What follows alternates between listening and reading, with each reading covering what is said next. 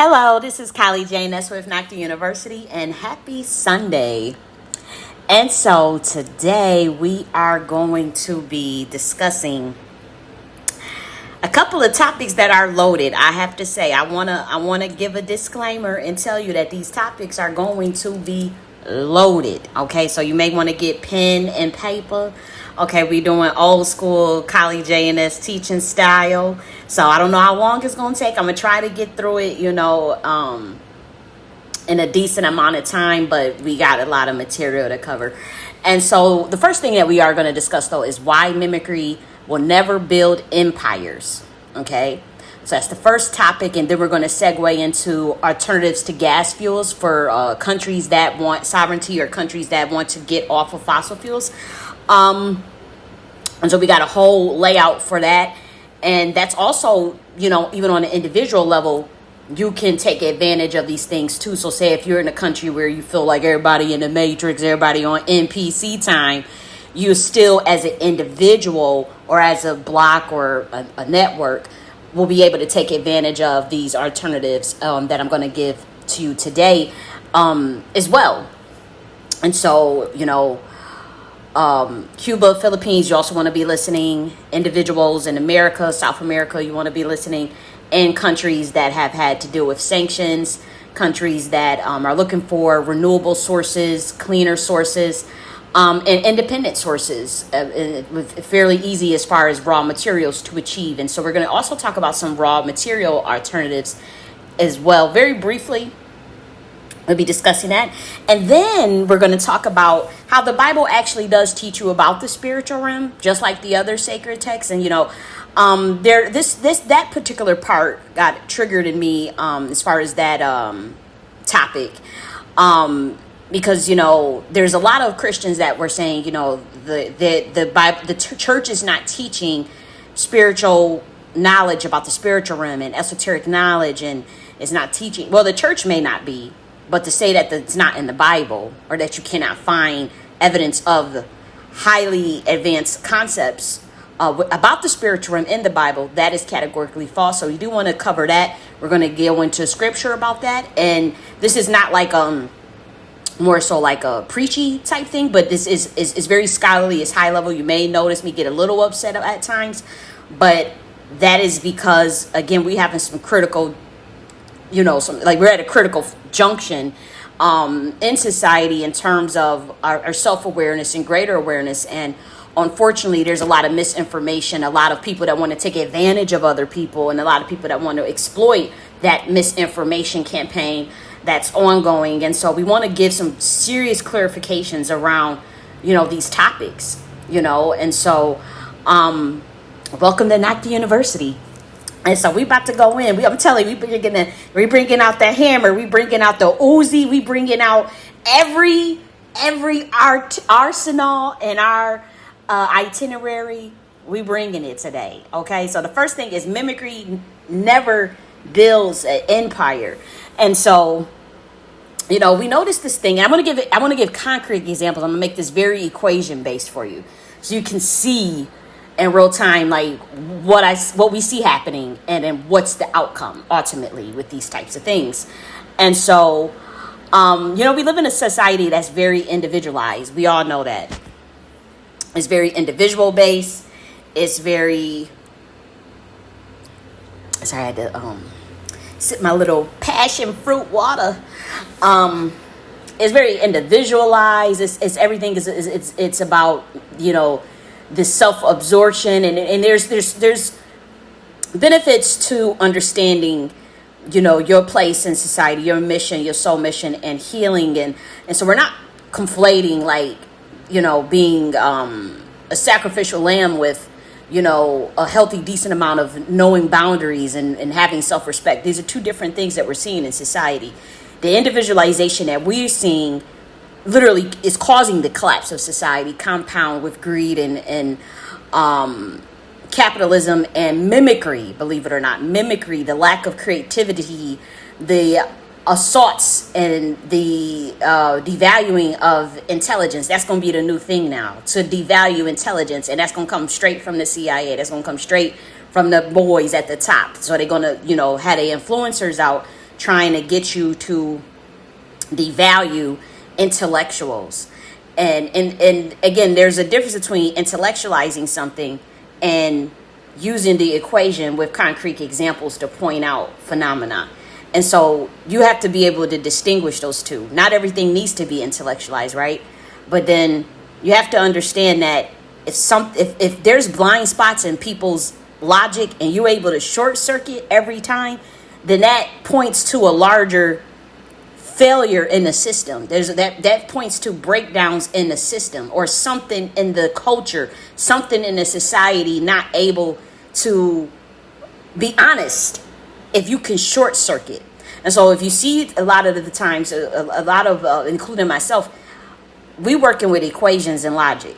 This is not something that's rocket science. This is not something that's like trying to make people feel dumb, trying to, always one up. Oh, no. For one, we don't have to do that. It comes very naturally to me. What I'm saying is, like, you should be able to get a logical streamline, a logical thought from A to B. 1 + 1 = 2. It should never be a time where when you can short circuit people's logic easily. And this goes for anybody listening. Even let me turn this off. I'm going to just make sure the sound is good on here. No matter what walk of life you are from, if you can short circuit someone's logic time and time again, not even someone, but it could be something. It could be a process. It could be a system or organization. Then that's how you know that they operating from false light, or something's not clean in the buttermilk. And that's all you need to know. And that's all we pretty much dealing with. We dealing with, that's what we calling out. And so mimicry. Now I'm about to show you how we about to short circuit. Mimicry never built empires, okay? Because it's like, what is your motivating factor for being a builder? What is your motivating factor? Is it competition with someone else? Is it because someone don't believe in you? Is it because, what's your motivating factor to bring value, or to think that you're adding value to an ecosystem, or whatever you're building, whatever project you're working on? Is it your passion project? Is this something you feel you have a calling to? And so people have to ask themselves when they get into things, what are they building it for? Now, what you see in society, though, is this incessant mimicry. And usually when someone is mimicking, that means the loss of identity of self is not there. The loss of self is there. The lack of identity curation is there. The lack of understanding who you are is there. When you see a bunch of mimicry, you see it in social media, you see it you probably in your personal life, somebody that's trying to copy you. You see, even in the workplace, you'll have someone try to do something the way you do it instead of figuring out their own way. You'll see someone trying to parasite off of you or take credit for the work that you did. Even as simple as school, work, the way you dress, the cars you drive, the house you get. You always got somebody, So that's just on a personal level, but look at it as a collective level too. And then we're going to also talk about the economics of it, because this isn't very important. Let's just keep it simple. You guys know, let's use the example of hair salons, right? You got a black woman, right?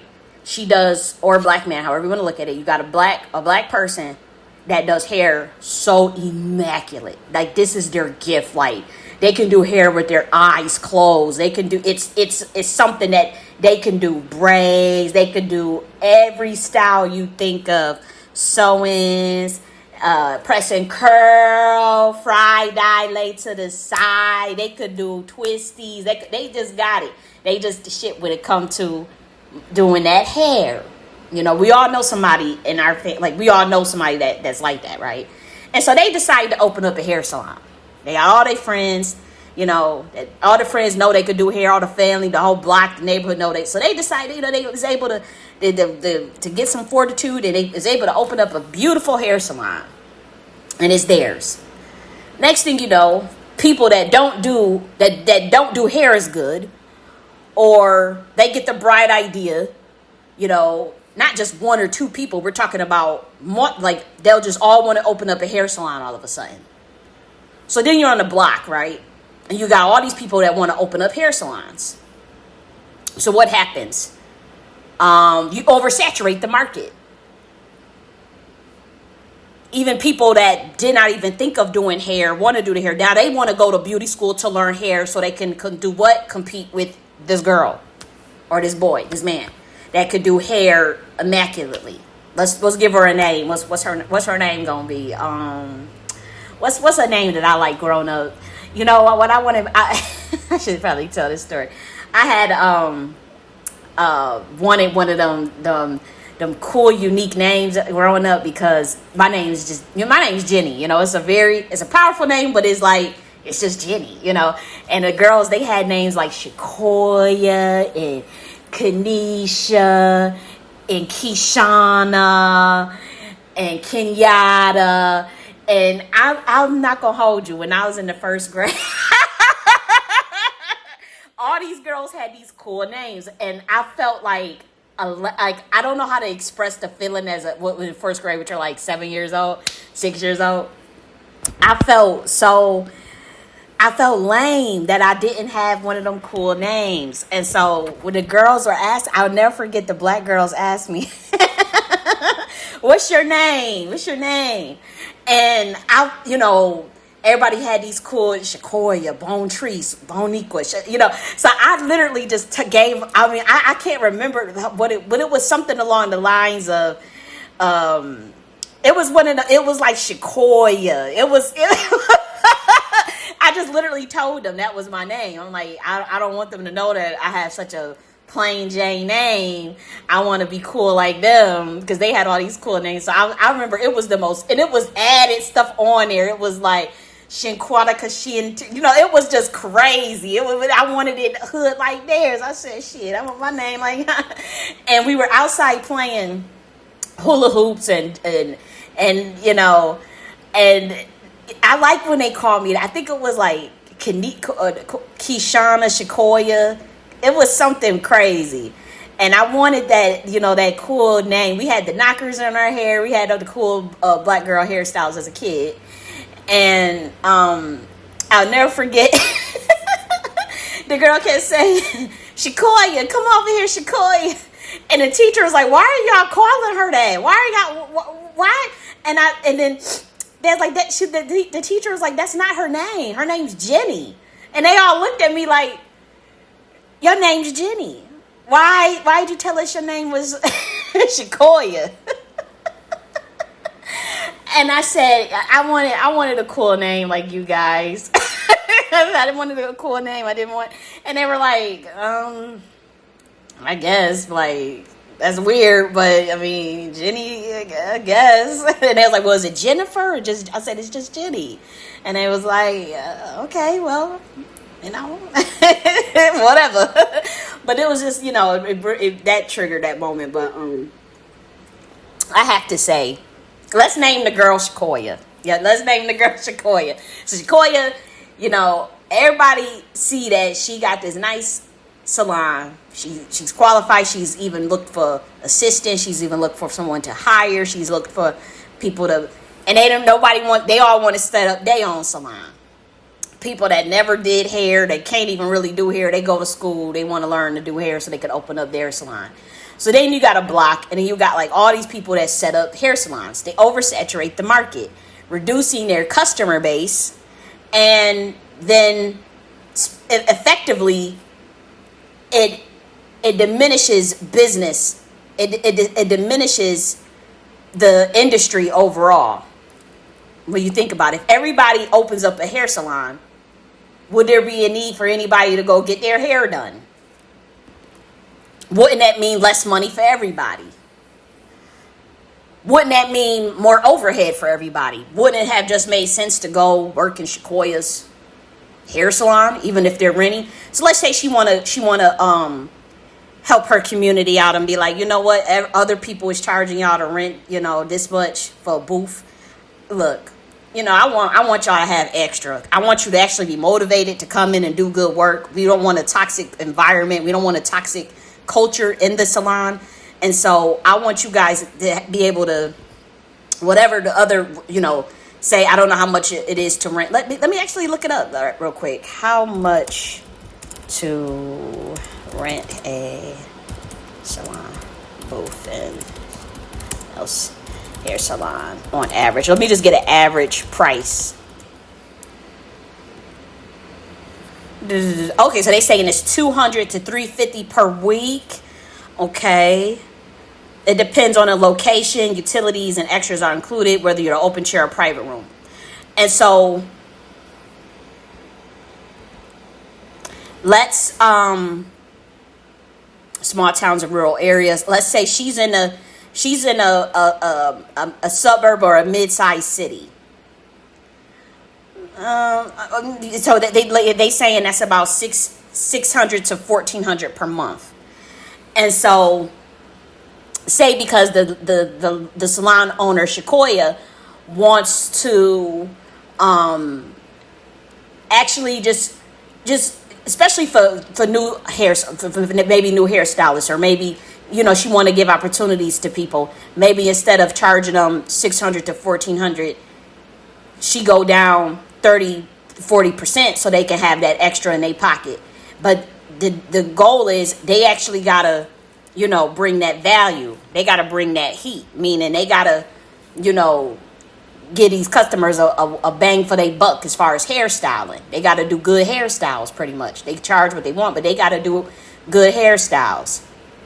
Now obviously you have your styling chair, your mirror, your station cabinet, your rolling cart. You got access to the client waiting areas, the restroom and break room. You have water, electricity, and Wi-Fi. And then so all these things, they're bundled into the flat fee. But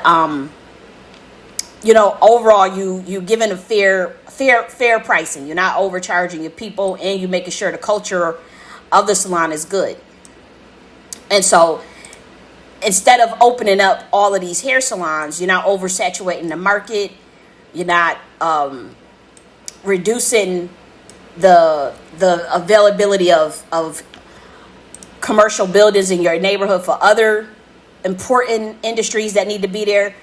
You see where I'm going with this? So Mimicry can't build an empire. If everybody wants to start a salon, then you oversaturate the market. You don't pay attention to what other critical resources your neighborhood may actually need. And then you run the risk of either having to compete on some level with the other salons in terms of whether it's on price, and that's the worst way to compete, on price. You're competing on price. You're competing on actually hairstyling now, but really Shakoya was just the best hairstylist. She is still the best hairstylist, so that's just one example. And we can do another example with nails. Say one person got excellent nail capability. They know how to do them nails. It's their gift. And they get certification or whatever, and they open up just a little shop for them to do some nails in the neighborhood. The girl, she got clients, she's doing good. She's offering good service. She's not overcharging. She's not being ridiculous, trying to charge cancellation fees and deposit, overcharging on deposits, none of that. She's just doing fair business. Next thing you know, all the other girls want to copy her and do nails. Wasn't thinking about nails, but all of a sudden they got the magic idea to go do some nails. They didn't ask they didn't ask themselves, well, what do I actually want to do? What I'm actually good at? What I'm actually passionate about? No, it's just let me copy her.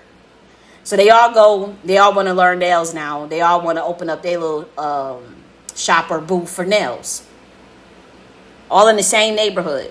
Effectively oversaturating the market for nails. And if everybody can do nails, then everybody can just do their own nails. This is the individualizing spirit, right? It's an individualized spirit, individualization. Well, everybody wants to do nails now. So now everybody wants to copy. Let's give her another name, Kishana. Everybody want to copy Kishana and do nails. And they don't do nails like her. She's the most creative at doing nails. She's the most gifted at doing nails. And so maybe people should have found what was their gift. People should have found what they're good at and just do what they're good at. And And so they just wanted to compete with her. They were moving out of a competition spirit, out of a jealousy spirit.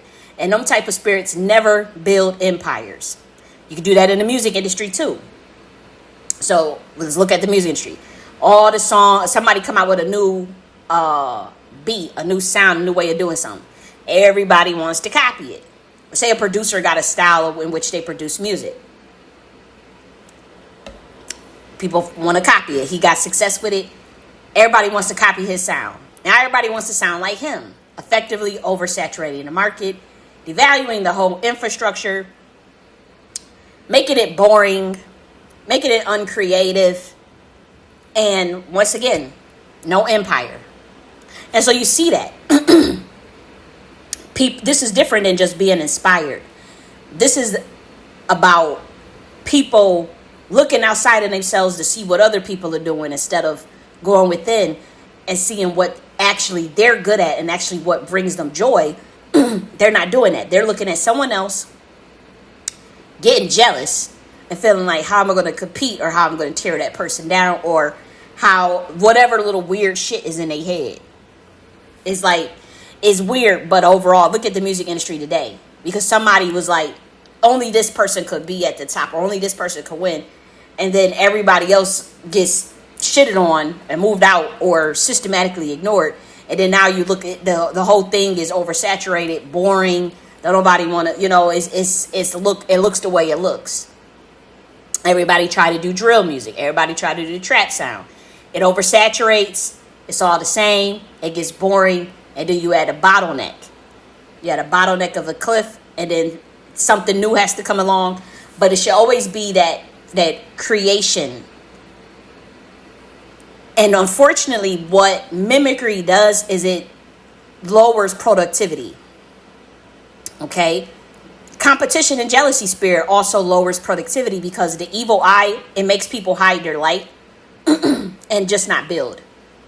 It makes people hide their light because you got people that's just going to come out of the woodwork to just slam you or dogpile on you. And that's what you see in society today. You see people play down. People want you to play down your gifts, play down your intelligence, play down this. They know they ain't shit pretty much. And they tell you to do that because you make them uncomfortable, just like that obsession with telling you to be humble. You make them uncomfortable shining your light. And so it lowers productivity because people are not incentivized or motivated to even produce. They're devalued all the time on top of that. And they're devalued, and then they're not motivated to even show their gifts, show what is inside of them, because all society is going to do is, one, mimic it and then devalue it. So they devalue you and then copying you. And I know there's a lot of people that can relate to that. They devalue you but then copying you. And then not even doing a good job as you. Not even able to outthink you. Not able to out-theorize you. Not able to come up with anything better than what you had already come up with. And so this is what this society is doing. And mimicry always lowers the productivity. Okay? Same with jealousy spirit. It lowers the productivity because evil eye makes people hide their light. And so this is what you see. And unfortunately, you see that even in many communities. But let's be real, you know who community we see it in the most. You know what community we see it in the most, with that mimicry and then devaluing. Okay? And so it's something to think about going forward in terms of how you oversaturate markets and how that undermines economies, supply and demand, for one. It undermines supply and demand. It undermines the market of free exchange. Right? It undermines free markets. It undermines productivity, and it undermines competition, because it's like, well, what is your competitive advantage in terms of what you guys are going to actually compete on if all everybody is going to do is just do the same thing? And then you have a bunch of hair salons, you have a bunch of nail salons or whatever, but then what about the other critical things you need? Everybody can't open up a food restaurant and sell plates with fish, catfish and hush puppy and motherfucking mac and cheese and all this shit. And not everybody gonna be able to sell plates out their motherfucking house on Facebook and all this stuff. I got rid of my Facebook, but I'm just saying, like, not everybody gonna be able to not everybody's gonna be able to do hair. Okay, we have to actually get creative here, and we actually have to think of things that we enjoy doing and do what we can on based on our passion projects. And that's what it's about. What did you dream about? What did you like? What if you couldn't do tomorrow, would make you sad? What are you passionate about in terms of what makes you cry? What makes you motivated to do something? Not what somebody else is doing. Not what, oh, she did that. Oh, I'm going to one up her. Oh, I'm going, ooh, you know. That spirit is what's really ruining society. Okay? And individualization oversaturates itself to the point of where people want to do, everybody's doing their own thing in their own way. And you essentially break down an organism. So you don't have a functioning, if you do have a function, you don't have a functioning society or structure. And then say you do have like factions of cults or hive mind, those hive minds are unintelligent. Those hive minds have gone wrong. Those hive minds have, it's not like bee hive mind, you know, like ants hive mind, where they just have these sophisticated networks of evolution to progress the hive. That's not what we see in society. If there's any hive mind within humanity, I can guarantee you that it's a cult of mind control that's going wrong, usually some sort of ritualistic abuse involved. And so this is not like, you know, intelligent hive minds of factions of organizations of a living organism that's working for a higher purpose. No, it's just a hive mind of greed and individualization, and everybody out for themselves, looking out for themselves, and everybody looking to get snake the next man. It's a snake. It's the snake in the next man thing, deceiving. And so, you know, that's unfortunate. It don't have to be that way. We all know that. And so not everybody is that way. So don't think it's like, oh my gosh, you could, you know, you can take it however you want. Because if it don't apply, let it fly. Because right now, my audience is for people who don't even engage in them type of behavior. So it shouldn't even trigger you. But, you know, again, it's about finding your individual passion project and what you like to do. And going from there, even if it's a small step, like say if it's a grandiose idea, maybe you can't actualize it because you don't have capital or a network or investors or whatever, and that's fine. But you just start small, you know, however step you take, just do it. And you'll find yourself building something that you would like, long as it's something that you like and that serves your higher purpose, your soul's mission, creator, God, or universe, or whatever force you believe in, and any other thing you hold value to you, which could be, you know, a bloodline or a lineage or something of that sort, an ancestry. And so these are the things we have to think about. The nail salon thing, I think, because I've noticed that, you know, we're talking about these boycotts and whatever, and I did ask for the boycott a year ago, so I do see that in effect. So that's good. But you know, when it comes to what's next and whatnot, you have to start to think of enterprise from the point of view of building empire, and not just hustling, and not just the survival mode hustling from a place of scarcity where you trying to get the last bit out of every moment instead of just being in the moment, instead of just resting in a space of peace and then developing the kinetic energy for movement to do your next stage. And once I think we get there as a community, I think that we can have an honest conversation about what blueprints need to be enacted. I come up with the Enterprise Architecture Nakhti Queen Mothership Part 2 and the Nakhti Governance Chief Architect Framework of North America. That one is like a framework for pilot testing to be rolled out in the entire country. But then the enterprise architecture is more for intentional communities and block by block building. And then on an even smaller level than that is the individual things, for such as the Nakhti philosophy, for those who are in a situation where you're around deaf, dumb, and blind people. It's the blind walking the blind. You're aware that you see it and you just doing your own thing. So we're not trying to go around like tooting our own horn or anything like, oh my gosh, I told you so, nothing like that. But you know what kind of environment you're around. You know what kind of environment you're around. And like when they come to the nails thing, I ain't gonna hold you because they talking about this boycott stuff, right? I'll tell you this. When I was I want to say I was around 15 years old, and I went into I had got my nails done. And I said, well, I looked at how they did the nails, with the acrylic and the monomer and the acetone, all that stuff, and the tips and all that. So I said, shit, I'm paying this kind of money. I might as well go to Sally's Beauty Supply next door and get me a kit, So no lie, I went and after I got my nails done, which I thought they were really pretty, I said, well, next time I could save money and just do my own nails. So I was 15. I went over to Sally's Beauty Supply and got the kit. That with the powder, that powder they use, that liquid they dip it in, them tips, the glue, the designs, the nail polish I wanted. I went and I said, next time I'm going to do my own motherfucking nails. That was my thinking. So it took time to me to do my nails. I want to say, I don't know how many weeks come on, but I took the nails off. And I said, I'm going to put these nails, I'm going to do my own nails. What was I thinking? Y'all know that monomer or whatever, that strong smell that's in nail salons?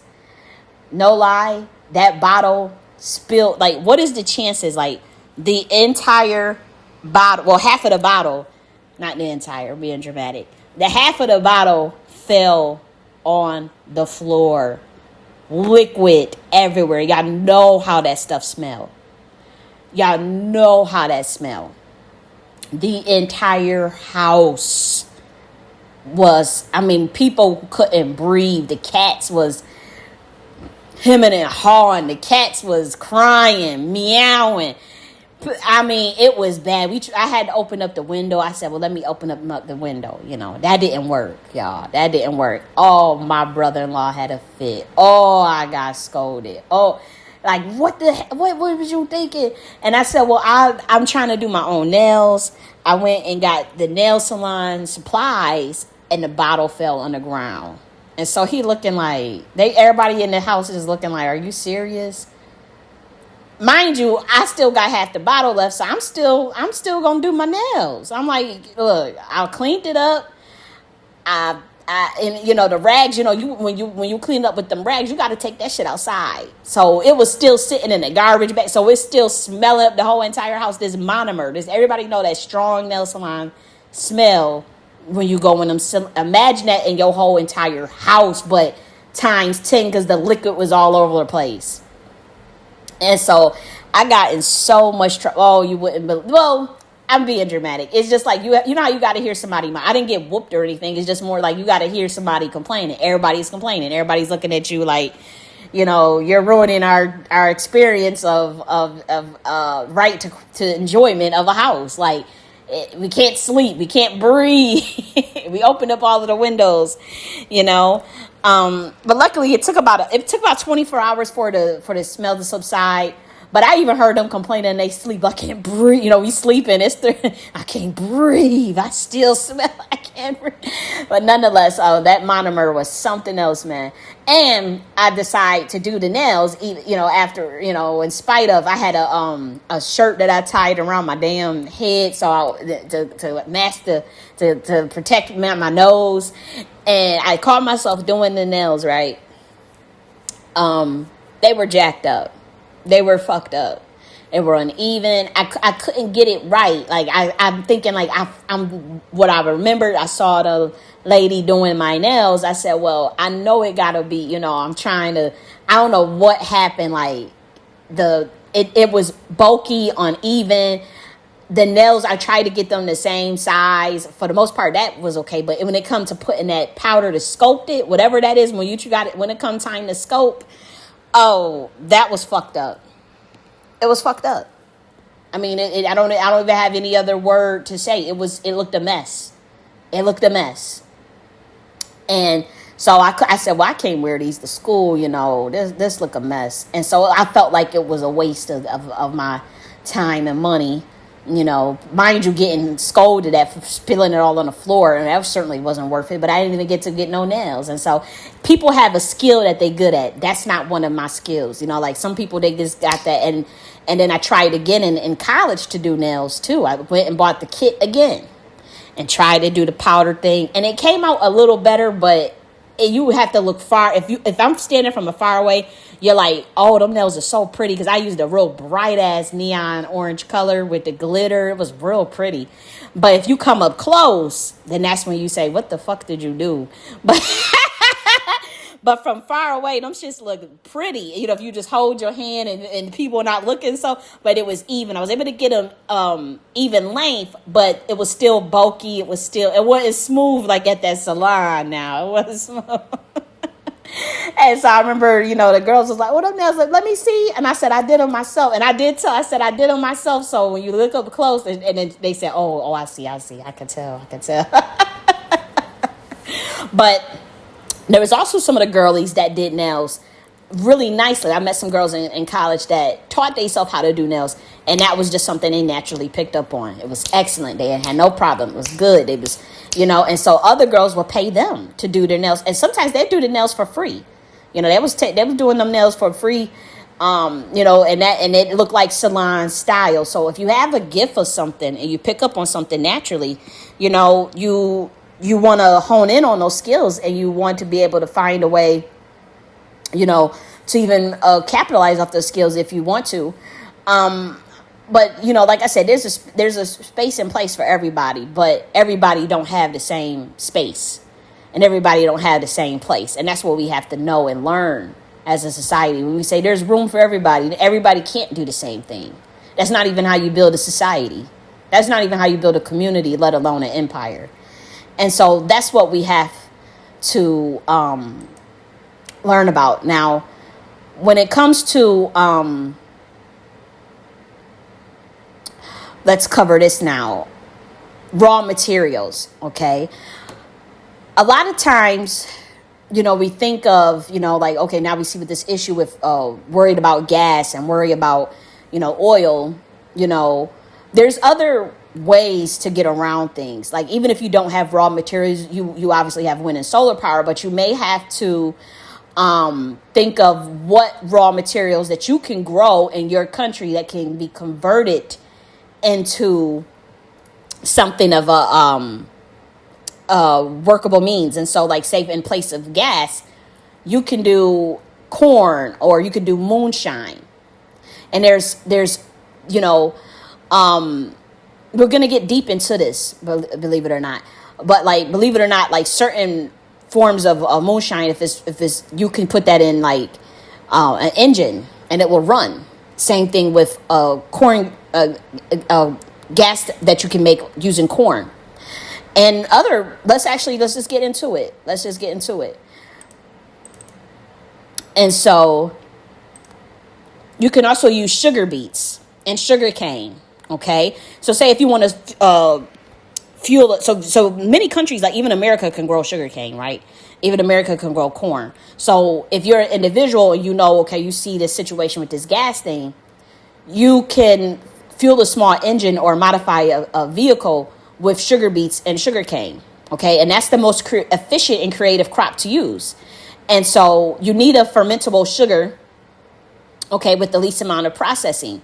And so when making fuel, when you make fuel alcohol, which is ethanol, you can use sugar yield per acre, okay?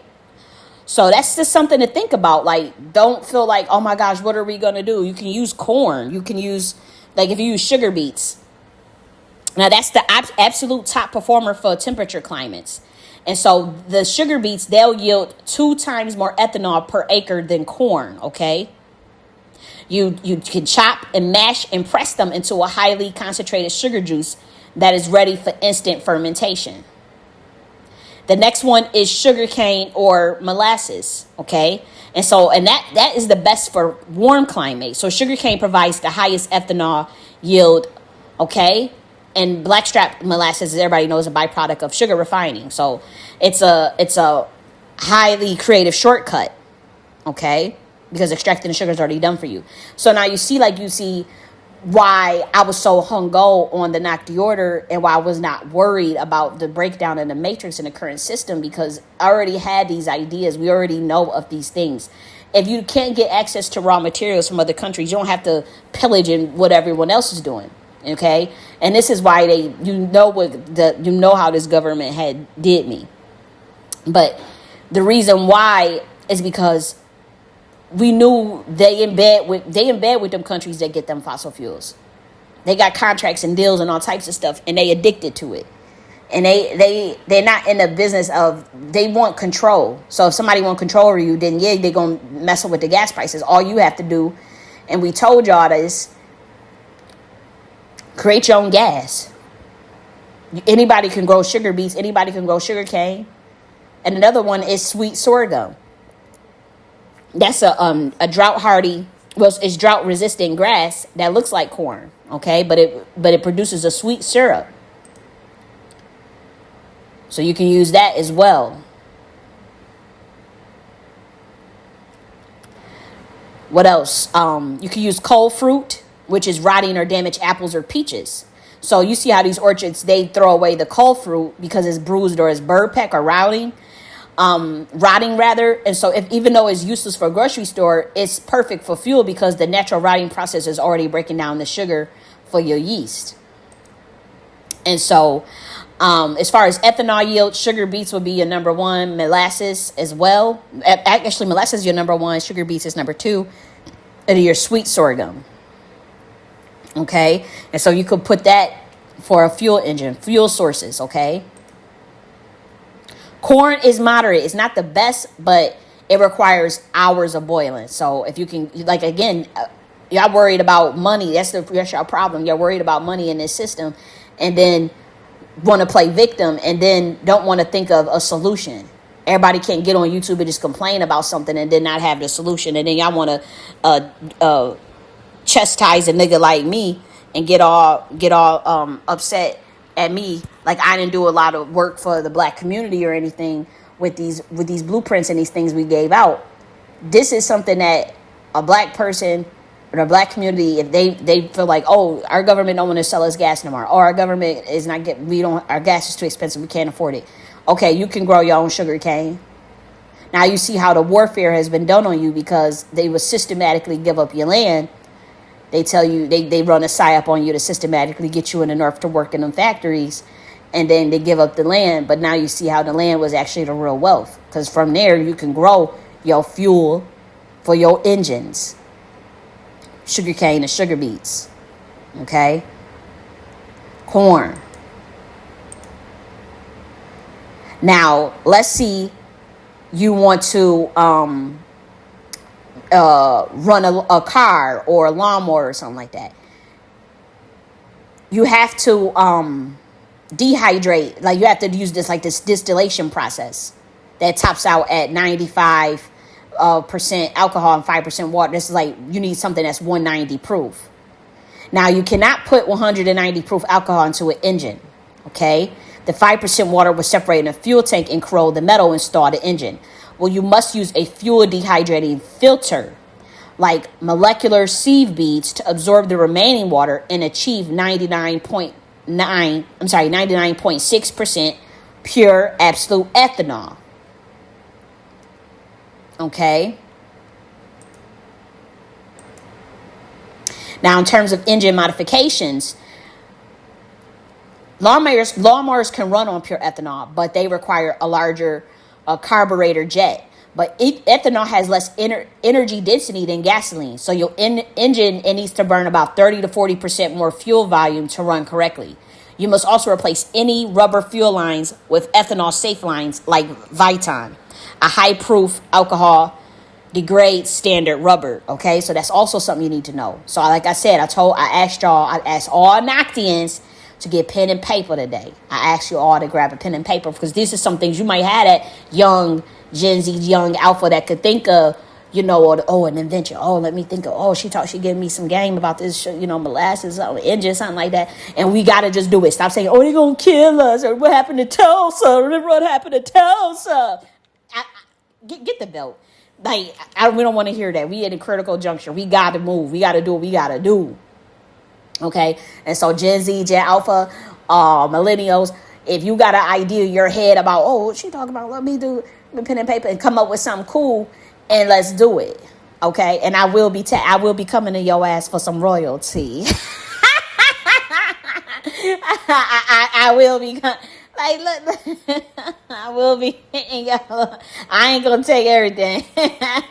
I'm a fair person, but these are the type of ideas and stuff that I like to work on. Like, this is why, with Nakhti Order, we wanted these youths. We want to have these workshops where we just start coming up with creative, cool things, giving people fair shot. Like, that's what this was about. And I know y'all want me to join that system, and I'm holding out as much as I can. I can't act like I'm not going, like I can't act like I got it all figured out, because I don't. But like, I have to say, man, something we all know what we see. What's known don't need to be said. We at that stage. What was known don't need to be said. That's the stage we at, and we have to be honest with ourselves about that. I'm talking about as Americans. Like, what's known don't need to be said. This matrix is cooked. This matrix is motherfucking fried, dyed, and laid to the side. Okay? This matrix was dog walked by the GIA and the Nakhti Order. Even though they act like they don't know who I am. They act like, we don't know who Kali J.N.S is. We don't know who Jenny. We hate Jenny. We hate... We know we dog walk these motherfucking Canaanites. Then we dog walk these Philistines. Then we dog walk their ass, and they hanging on wire thread. I ain't acting. Look, they got propaganda. Okay, they got propaganda, and they got fiat currency, so they able to really paint the mirage. They able to paint over the mirage a little bit. Like, we see the mirage is cracking, we see the matrix cracking, we see all this stuff, and they paint. Don't look, that ain't what you see. It's getting repaired, guys. And they on that type of time. It's getting repaired, guys. But we looking as like, that look like the Wizard of Oz. Nah, that ain't the Wizard of Oz. That look like painted on gold. No, that's real gold, y'all. That's real gold. That look like painted on gold. That look like cubic zirconia. No, that's a real diamond. I see fucking green on the motherfucking side. That is not real gold. Yeah, it is. It's real gold. That's what their coat is doing right now. Okay? I want you to just pay attention real quick. That's what the coat is doing. Okay? And so, we dog walk these motherfuckers, and the matrix is fried, dyed, and laid to the side. And and it's time to build anew. It's time to build a higher order, higher world thinking. Okay? And everybody can't go with us. And we got to know that. Everybody can't inhabit, okay, the frequency that we want to be on. And we're not perfect. We're not saying that, it's about having that pure heart, though. Okay? And like I said, we want to thank everybody who played a role in helping us get there. We want to thank everybody, whoever lived, the living and the dead, those in the underworld, those in the above worlds, those in the different levels of heaven. We want to thank you personally from Kali J.N.S. I want to thank you. I want to thank the Most High.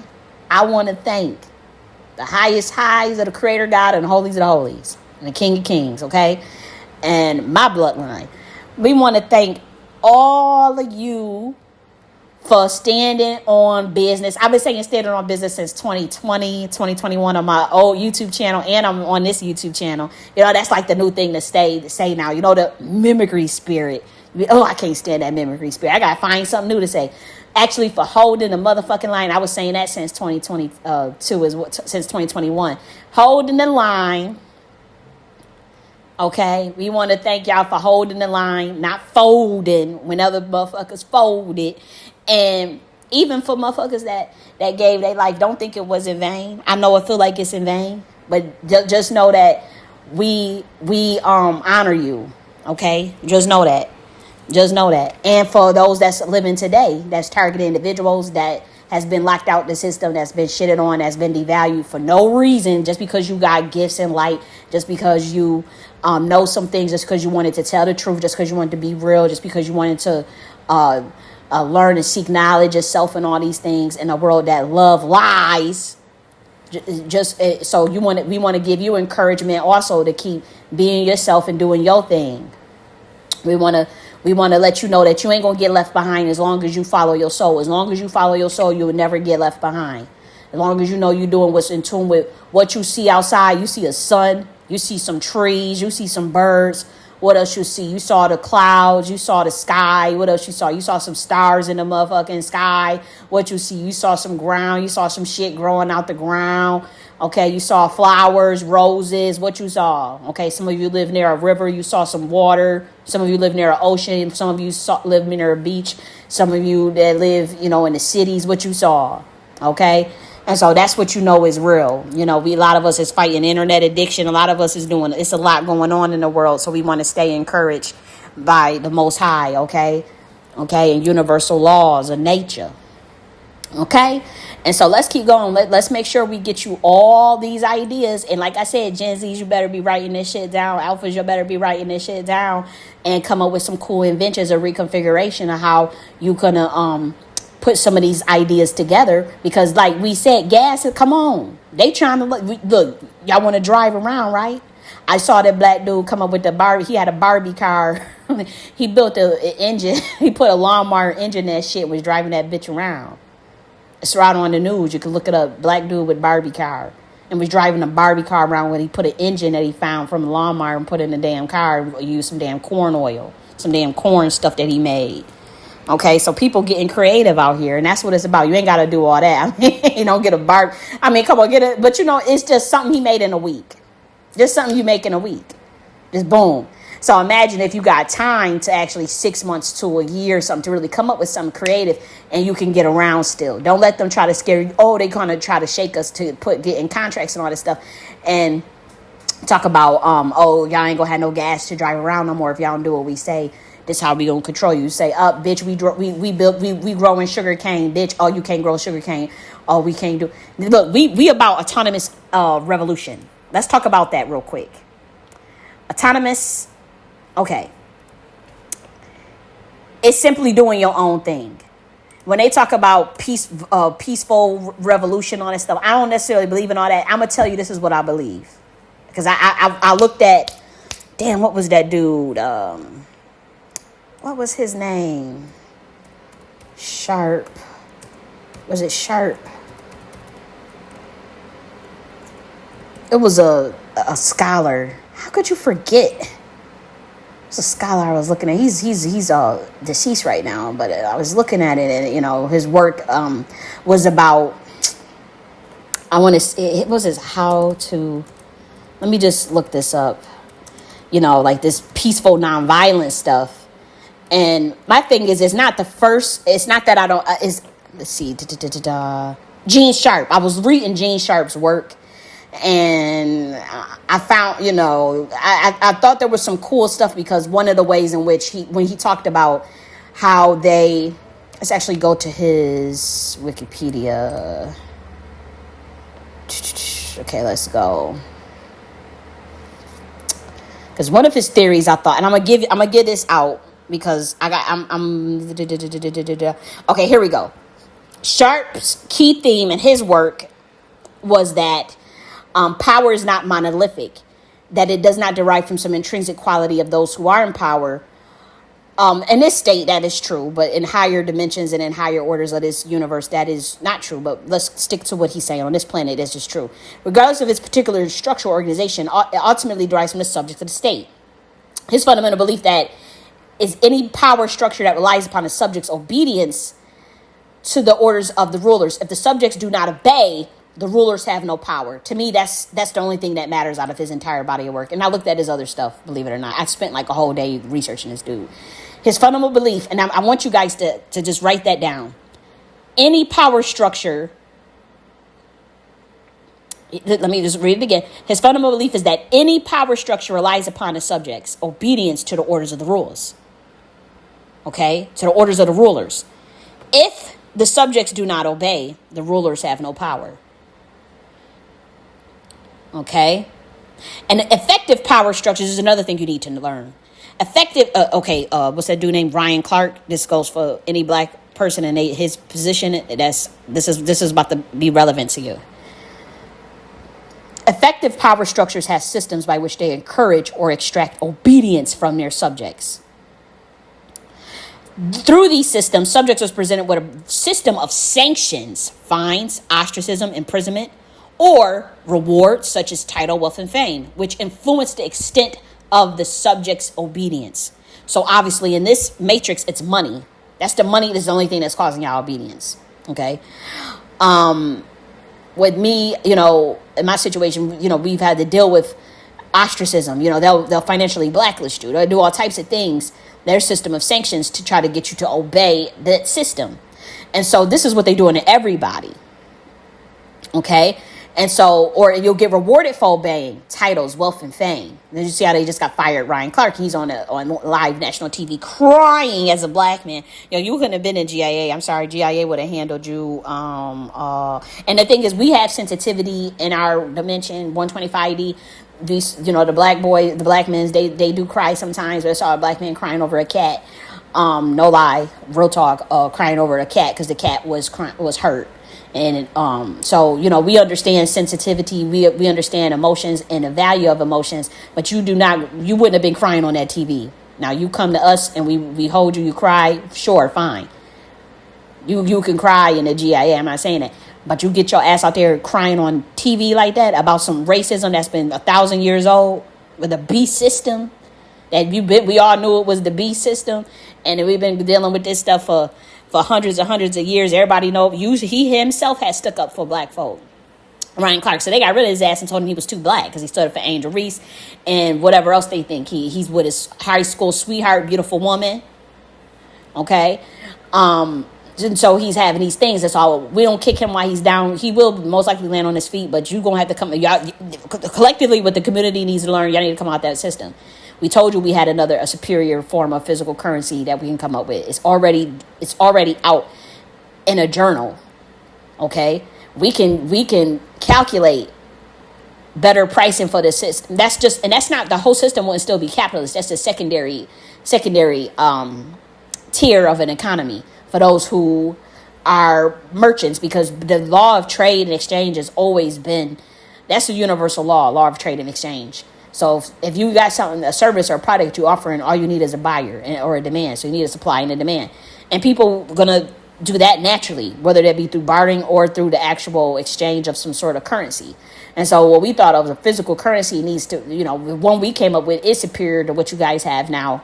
And just because it's in a journal, well, I'm not putting no ideas like that on no damn internet. You must be out your cotton pick in mind, knowing the type of warfare, spiritual warfare we under, and thinking we just gonna give out stuff like that, knowing, and y'all see how many times y'all see a whole file document of this system trying to copy and mimic everything I do while locking me out and devalue me. So no. It don't work that way. And so what we told y'all, yeah, we would have our own physical currency. Yeah, we can have our own fuel systems. Now, if they say, how you going to get mad at somebody for growing some sugar beets to turn into ethanol? Are you going to hurry up and try to pass a law for that? Once again, the rulers have no power if you do not obey. They have no power. Okay? Now, there are some beings, the principalities, that do have power over this planet. And so you have to be, you don't want to get outside your bounds, and you don't want to speak too hastily. But what I'm saying, as far as this system, with them trying to cover up that child trafficking like that, and that Epstein, and that level of corruption and that greed, and you see what they doing? Now come on now. That's going against your inalienable rights by God. Okay? And so what's the reaction to that? Autonomous revolution. Now, here's the thing. Like, again, all this other shit Gene Sharp was talking, I don't agree with. And he was accused of being CIA by so many people, it's not even funny. Gene Sharp was accused by, let's see, they said he was a tool of imperialism. because they rolled out Noam Chomsky ass to go and defend him. Of course they go, but he was all up in the Middle East trying to get them people to do peaceful, revolutions or whatnot. And you see how the Middle East is looking today. But let's see, they were saying he was accused in 2005 by Voltaire Net and Thierry Masson of being CIA, Pentagon, International Republican Institute, Rand Corporation, and National Endowment for Democracy. And he was dumb boy. I mean, if you look at his life, I mean, that's just kind of obvious. And then the work that he did. Now that don't take away from his scholarship. You got to figure he's just on the Western side. You got to figure he holding up. Boy, he's sworn to hold up. And so you can get mad at it. But for those of us that's on the other side of the one that get the victims of it, yeah, you're gonna have a problem with it. So he had a lot of influence in Egypt. So there's a lot of criticism of him. But he maintained that wasn't the case, of course. And my thing is, DARPA was funding him. DARPA, that's just something you can look up. DARPA was funding him, right? But he went from getting, his institution went from getting $1 million a year to less than 100,000. So he wasn't following all the rules. Something happened. Okay. But what I'll say with this is, I am not quite a fan of this work, except for that part that I read you. Okay? Except for that part that I read you. Power structure relies upon the subject's obedience to the orders of the rulers. If the subjects do not obey, the rulers have no power. Through these systems, subjects are presented with a system of sanctions. You will get ostracized. You will get isolated. You will get fined. You will get imprisoned. You can be dead if you do not follow the rules. And then you would get rewards, titles, wealths, and fames, and moving up in the game, money, if you do obey. That's how this is how the American system is. So y'all gotta realize that. They feel like they're not getting enough kinetic energy out of you, enough loose out of you. That you on the list, you're a target individual, boom. You know what it is. And so the key to that is just to build your parallel infrastructure. Okay? Say it with me. Say parallel infrastructure by autonomous revolution. So here it is. With autonomous revolution, all you're doing is you're doing your own thing. Bloodshed is secondary, but you cannot reform that current system. For those of us that were locked out of it, if you were a part of it, and you in it, and you up in the game. That's you up, you good. I'm not here to take nothing from nobody, but I'm like, for a motherfucker like me that we've been left out, y'all see my body of work, y'all see it. And they left us out like that on purpose. And y'all know we know the people who've been doing it. They got us on lists and shit, surveillance, all types of shit. COINTELPRO, paying people not to fuck with you, paying people to not do business with you, all types of shit. And so this stuff gets deep. So for those of us that's locked out, mind you, we got, man, oh man. We've assessed y'all system and we like, yo, this is some bullshit. You can't reform that for those of us that's locked out of it. Now, again, you win that and you want to reform it. Well, so what's the rest of what that mean for the rest of us? For those that feel like they politically stateless and politically homeless. You're not politically homeless, motherfucker. Create your own political system, fool.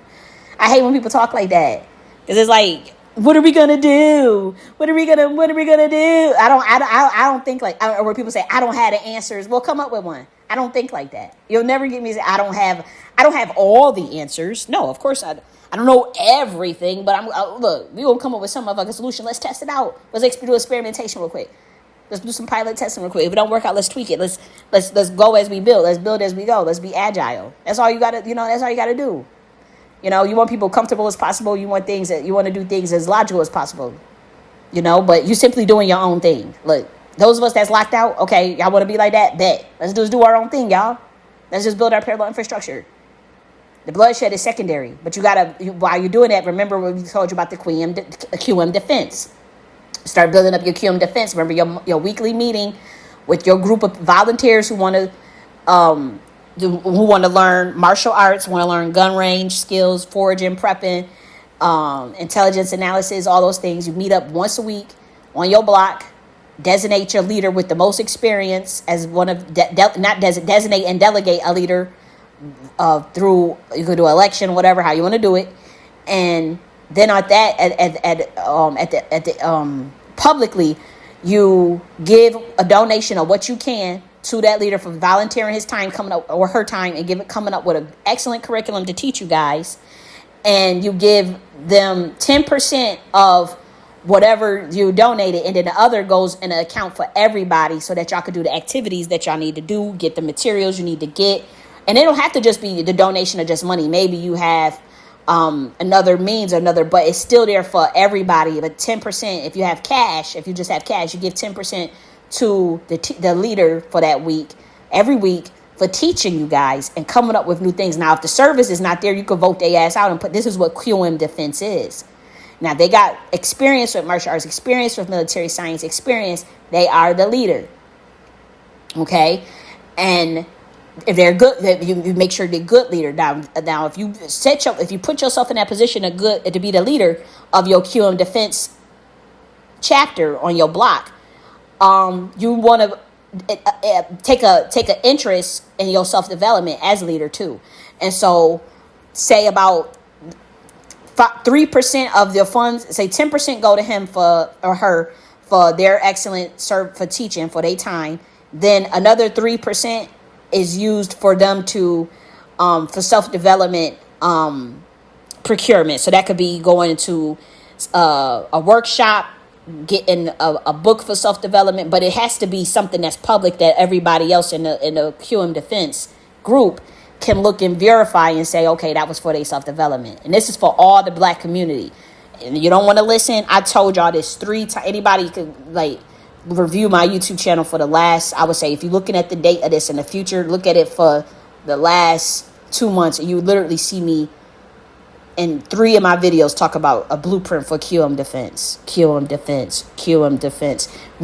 see all this stuff happening, people getting lynched, people getting shot up, and we still don't see no movement. You see, they want to get on Good Morning America, run a celebrity, bring out a lawyer and raise funds and donate, and then that's it. Okay, so there's no action being taken. You got Ryan Clark crying on the internet as a big ass grown black man. Man, that is such a bad look for the black man, to be sitting there on a national news like that. Not national news, national TV like that, international rather, crying. That's crying about racism. All I wanted to do was be accepted. Oh my goodness. Oh, I would disown my son if I almost fainted. My heart sunk. And then when he proceeded to tell the other black or whoever was there, if you want to have something, just if it ain't affecting outside of you, don't do nothing. Just don't talk about nothing politically. Social. Don't stand on nothing. Pretty much, be a coward. He was pretty much encouraging them to be a coward. Mind you, we in a position that we in. Had niggas listening to Malcolm X and not plotted on him with the government, he would still be here. Same with Khalid Muhammad. Even how y'all know y'all did me for 10 plus years, even though y'all still want to cover that up. And I'm still hanging on by a string, but I do what I got to do. And, I store my treasures in heaven and within myself. I like to go off of a frequency. I can't, everything is about the frequency to me. And so it's more so about you see something that is, to me, it's illogical. It's not even about the morality of it at this point. It's legitimately an unintelligent system. And you asking all of us to go along with it and bury our heads in the sand and go along with something that's legitimately stupid. And I just can't do that. And I know a lot of Americans can't do that. Okay?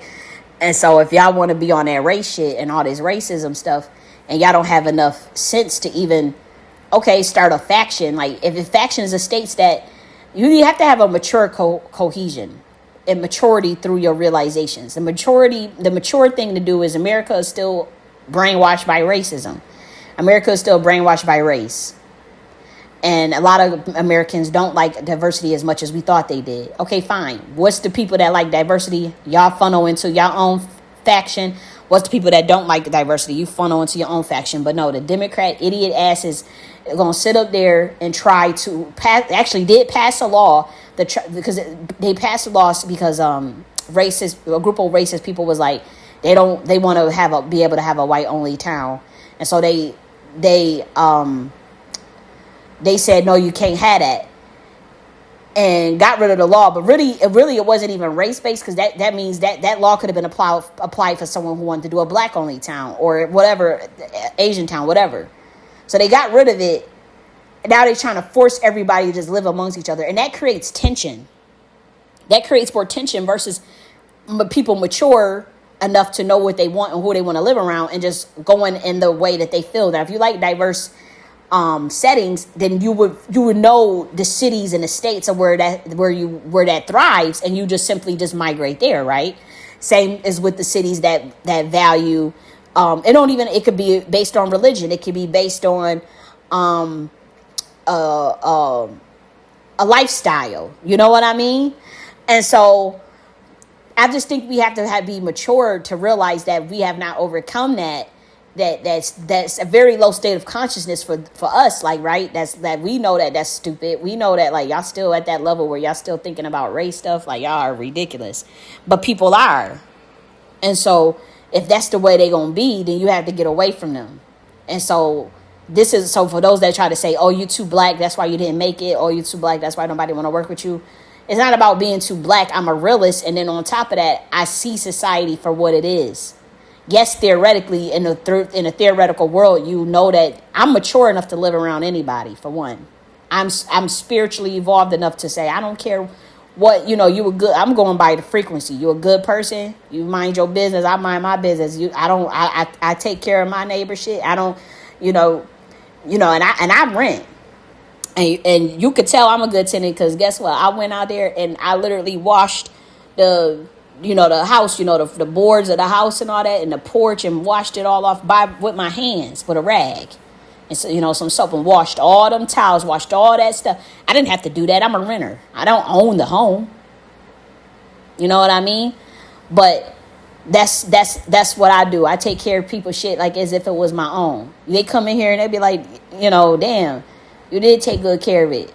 Nobody could say, like, how I when I would leave, anytime I would leave from where I was living at, I would take videos of how I left it, timestamp how I left a place, right? Because I had saw on the news how a landlord had lied on a tenant, said they left it all messed up and then charged them for a bunch of stuff. So that was traumatizing watching that on the news. So to me, it was like every time I leave somebody's place, I'm a film the cabinets, the toilet, everything of how I left it. So I still got footage of stuff like that in in my Google Drive, one of my drives. And you should see how I leave people shit. Like if somebody said, well, how you leave your last person place? I will be able to show them videos like, this is how I left a place. And you see the photos that they got still on the internet of how they renting it out. You see the photos of how they got it from their perspective. And you look at the videos that I just sent you with the timestamps of when I lived there, of the day that I moved out, literally the day that my lease was up. Here is the timestamp video footage of it. And they look around and you look at the video and you be like, damn, you kept they shit nice. You took care of they shit. That's what people would say. That's real shit. Like, damn, you didn't have to clean no damn, go out there and clean the damn, what was it called? I forgot them rails and all that. you just, other person would be like, well, you just written it. They'll never clean that stuff up. I'm cleaning the baseboards. They look better than when I got here. But that's the type of motherfucker I am. You treat people stuff good. But so I know how to be a good neighbor. You know what I mean? And I do mind my business. I'm not one of them nosy ass neighbors that need to be knowing what everybody is doing. I don't give a fuck. You know what I mean? I do mind my business. I would like to, be more social in that sense. Like, oh, hey, how you doing? The grill, a nice block club, block party. I would love that type of stuff. I ain't gonna hold you, but it's a low trust society. I can admit that, and I suffer from not trusting people too. So, it's unfortunate, but I think we can get past that. I think that's something easy to get past as a society. But that's what it's about. If you know that you like to be around your own people, just be mature enough to deal with that. That ain't nothing. You ain't gotta force society to be. Come on, they ain't past it. They not past it. Anytime society break down or something happen, they looking to see how they gonna mess up some niggas. Reset for their mind, because the system does need to reset. Make no mistake about it. The system needs a reset. But who is resetting it and who is they resetting it on, right? That's why I said, shit, I'm gonna reset this shit. Like, obviously under the authority of universal cosmic consciousness in the Most High. But I don't, you know, these other people, when they want to reset it, you got these other orders, these other bloodlines, these other, you know, it's people that's in these cults and stuff. They want to reset it. When they say reset, it means how do we make niggas suffer? How do we make sure we stay on top of niggas even more? And that's what you have to understand. Like, you can't just let certain people just reset a system. You can't just let people reset a system. So, you know, if y'all want to sit on your asses or whatever, and even with my agenda, you know, I know I've been fucked with by this government. That's all I'm saying, and I know others have too. And we've been locked out, and I've seen some really, really, really, really brilliant souls, intelligent people get locked out. Good people, people with empathy, people with integrity get locked the fuck out. And so, yeah, we coming back for what's mine, you know. So it's a lot of us that's like, well, y'all never fucked with us anyway, so why don't we just do our own autonomous parallel infrastructure, our own autonomous revolution? And like I said, revolution, violence is secondary, but it don't mean like they don't fall into that old non-violent stuff, because that means somebody trying to control you. Some things require that you defend your motherfucking self. Some things require it, but your first course of action should be nonviolence. Of course, that's your mindset. Your first course of action is peace and nonviolence. That's what autonomous revolution means. We just doing our own thing. We're building parallel infrastructure, and our first state of mind is nonviolence. But not even nonviolence. Just say peace. Peace is our first state of mind. But if you fuck with us and you messing with us, you encroaching on us, you are violating our inalienable rights given to us by the Most High God, Creator God of the universe. We gonna smack your motherfucking ass back up, GIA style, God's army style. We gonna beat your motherfucking ass, and you gotta say it just like that. QM defense, and we organize, and we will. That's how you have to be. You ain't taking our light. You ain't dimming our light. We ain't listening to that bullshit. You ain't about to sit up there and have us looking all sad and all this stuff. No, we about to build our own stuff. We know how to do things. So who want it? Who want it? I'm just a crazy motherfucker. I say I run out there. Who, where, what, how? You stop. But yeah, you gotta be like that. But your first course of action is peace and just doing your own thing through logic, making sure you don't. If I could short circuit your logic or your framework or your systems, you may have a problem. And unfortunately, when I say I'm able to do that, like even with DSA, all this stuff they trying to come up with, I could short circuit. I'm able to short circuit too much. And if somebody could come in, you should be able. It's like you pushing, like it's like say you got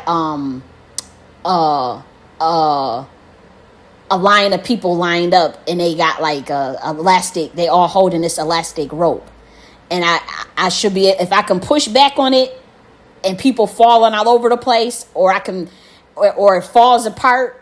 That means it's not strong enough. That means your logic is not strong enough. The process is not strong enough. The system is not strong enough.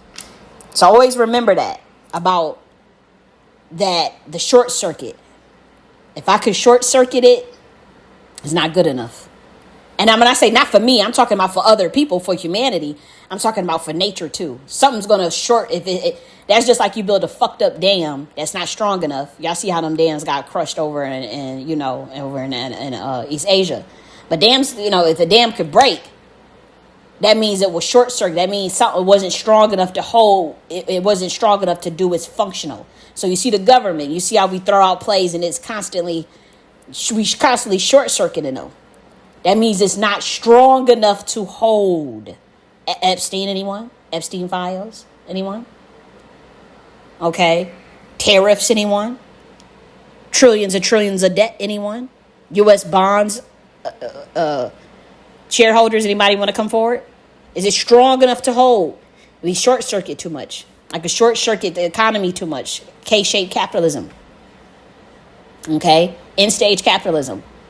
That don't mean jump to socialism. That means be creative. You may have to combine some of these things. You may have to tear them out. And that's what the Nakhti order does. And that's where social libertarianism come in from. And stop saying, oh, that's for white people. Libertarianism for white people. For one, all of these governmental social structures were created by melanated people, but the people that you see in the forefront, like Anne Ryan, yeah, they're going to get credit for it. That's just how this system is. So what the fuck is you talking about? Don't know who the hell wants a big-ass government controlling all their industries? And you already know that this corrupt system is going to turn socialism into communism. They don't have any viable blueprint of a functional socialist system on their planet. It has to be tiered out. It has to be tertiary. It's not just one size fits all economy. You have to think of combined systems. That's why I combine social libertarianism. Because you don't want that big ass government passing all these crazy ass laws. We can't even collect fucking rainwater. Okay? So if this is for black folk, I heard y'all saying, libertarian never had a black agenda. Okay, social libertarianism was created by a black American Negro. Bloodline go all hundreds and hundreds of years back. Genealogy, public fucking information. Okay? For those that like to say, she's a tether. I ain't no motherfucking tether. I tell any of you niggas to go, let's put your genealogy up. Let's go. I mean, surname should just tell you. Okay? But I'll tell you this. Social libertarianism was created by the Nakhti order, which is black American. Okay? Now, it's not the same theories as Ayn Rand or the Libertarian Party right now, which honestly, I'm going to let you in on the secret. A think tank from the Libertarian Party, one of the head honchos, was definitely, not to me, but to another group of black Americans. They had been told them, they was like, yo, if y'all want to take over the Libertarian Party, because they already knew that. And again, this was not a person that, I know that libertarians do got a bad rap for being racist, but that's not all of them, right? But he said, yeah, the government is gunning for y'all. Y'all really ain't gonna have nothing. So y'all might want to consider taking over the Libertarian Party. But at that time, it was like, nah, like, because of the reputation. And to be honest, we can come up with something new because it has to have social aspects of it. I believe in that. And I know the system not designed out. In my journal, it can be something that's combined and tertiary. So for me, social libertarianism is more it keeps the safety nets in line with more prudent and more holistic and also more people oriented frameworks and ways of disseminating and implementing those safety nets for the most vulnerable of our society. And also, incentivizing like the earn while you learn system, this new educational system that I come up with. Earn while you learn. You may earn a home as you're learning how to build homes. You'll earn a car as you're learning mechanics, certain trades. Okay, earn as you learn. Sometimes it is just a certain physical currency that you'll earn as well. For it's more based on apprenticeships, internships, co-ops, getting you right out on the field within your first year. It's a different education system I come up with. Earn while you learn. By Nakhti Order, Nakhti University. Okay? And so we got that as well. And so when we say social libertarianism, we also thinking about excellent social elder care and the life care for our elders. Especially because millennials, we getting up there and we ain't, we don't got, a lot of us don't have kids. A lot of women is childless by choice. A lot of men does not want to get married. It's a lot of things going on in the world. So we have to think about ourselves, just like how the silent generation did. You see how they got over like a fat rat, just like how the boomers did. They got over like a fat rat. Look at what we got, nothing. And so what we have to say to ourselves is, okay, well, what would we play in our society? Excellent end of life care for elders in their own home. That means, different health, home age, 24 hours at aid, that's getting paid. Maybe that's their internship. Maybe that's a part of the Earn While You Learn program for those who volunteer. Maybe that's the way they can, there's ways we'll structure these things out. We'll give them many incentives for excellent end of life care, all the way up into death in their own home that they have, or it can be, in a community that they desire, but excellent, not no elder abuse and all this shit. Excellent end of life care. Okay, excellent, top notch. Okay, so that would be a social safety net that we would focus on, just like Earn While You Learn, apprenticeship education. We would, and then obviously for orphans and disabled, those things. And then we will also give incentives, again, R&D, research and development, inventors. We want people to invent and innovate. That's why I can't just do a socialist framework, because we all not the same. I come up with motherfucking inventions. I come up with an invention every motherfucking day if you ask me to. Okay? Damn near do. Okay? And so, you know, I want to be rewarded for my motherfucking contributions and all types of shit. You know? I come up with all types, and it's unfortunate because it's like y'all want me to just spew all these damn ideas to this B system, knowing what this system is doing to our people, doing to me personally. It may not be doing that to you, but y'all can say, "Oh, you caused it." Okay, for 10 fucking years since 2015, really, whatever. Okay, and it ramped up in 2022, and it ramped up in 2023 and 2024. So I mean, y'all can say what y'all want, but like y'all know that cult secretly know that y'all had been gunning for me way before I said anything. Y'all just got plausible deniability. Okay, so remember that Gen Z, Gen Alpha, and Millennials, that autonomous revolutions, peace is first, violence is secondary, organized QM defense. What else? Start building y'all raw materials. Like, don't worry about, we don't have the trade. Now, on an empire level, let Nakhti order worry about trade, you know, good, fair trade, and on the international level, as far as foreign policy and foreign affairs. We know how to handle that. But as far as raw materials, as far as what Americans can do, yeah, you can grow your own motherfucking sugar beets, sugar cane, corn, sorghum. It's for your fuels, for fuel. That's just for fuel alone. Okay, now you got the transportation, and now and then obviously got to grow your own food. You know, if you can. Now, people say all the food supply is messed up with Monsanto seeds and all that. Yeah, probably, but you can always reverse engineer that too. Y'all got to stop being all this doom shit. You can reverse engineer. It'll take you, just like how you can breed out a black person and turn them white, and how you can breed out a white person and turn them black. You could do that with seeds too, in terms of fucked up seeds and good seeds. You guys know that. You just going to have to breed it back out. You have to breed Monsanto shit out with heirloom and really excellent crop, and after a certain amount of time, you'll be having that nice crop again. Now, if you keep using the fucked up seeds, then you could ruin your stuff long term. But just hurry up and breed it out. That go for any farmer. You know, they worried about cross breeding and cross, from farms to farms or whatever. Make sure you're all using good seeds. That's all. And keep circulating and keep doing that and reiterating it. Now, how long would it take? A farmer will have to answer that. I cannot answer it, but a farmer that, like, you ask them that got the experience of how long would it take to breed out bad seeds, you know what I mean? And they give you that answer, you know, or you guys know what to do.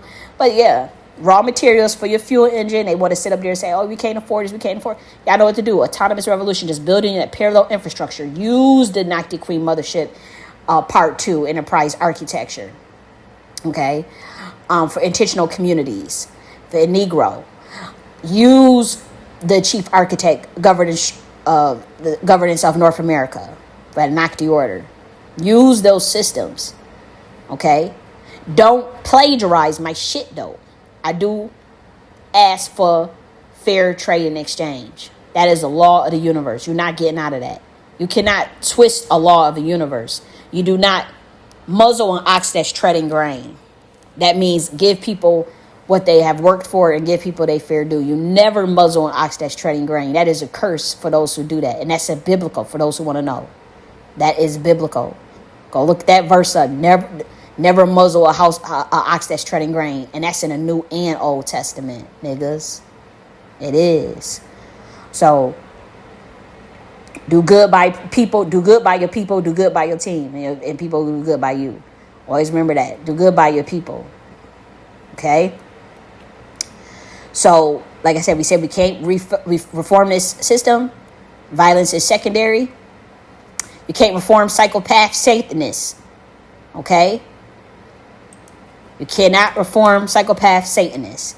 So now let's make sure we got rid of, not got rid of, but we finished giving you guys your engine modifications. Okay? So remember, ethanol has less energy density than gasoline, so your engine needs to burn about 30 to 40% more volume to run correctly. You must also replace any rubber fuel lines with ethanol safe lines like Viton. Okay?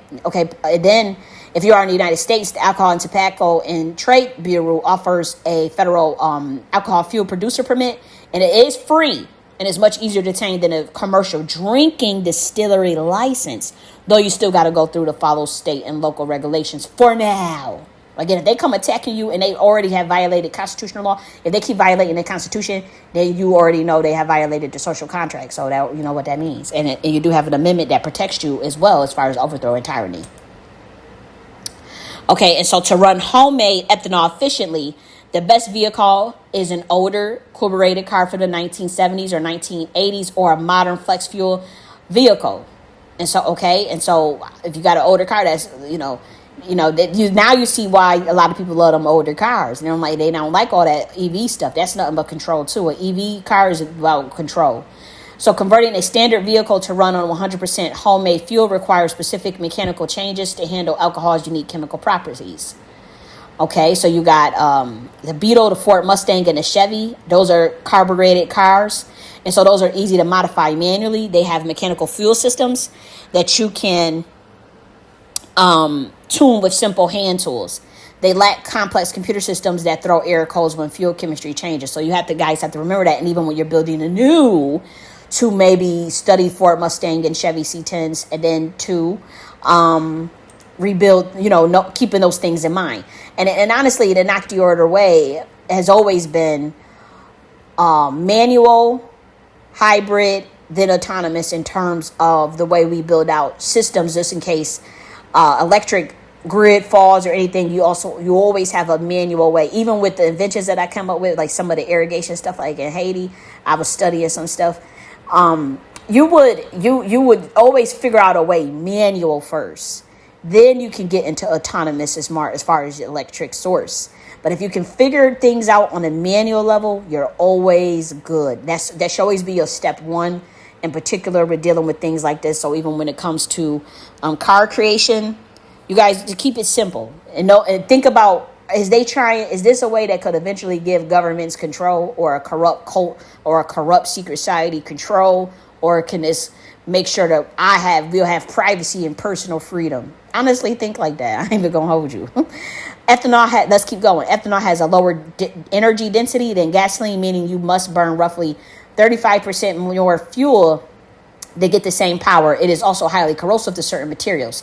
And then upgrade the fuel delivery system. Standard rubber and soft materials will degrade quickly when exposed to high concentration alcohol. Fuel lines.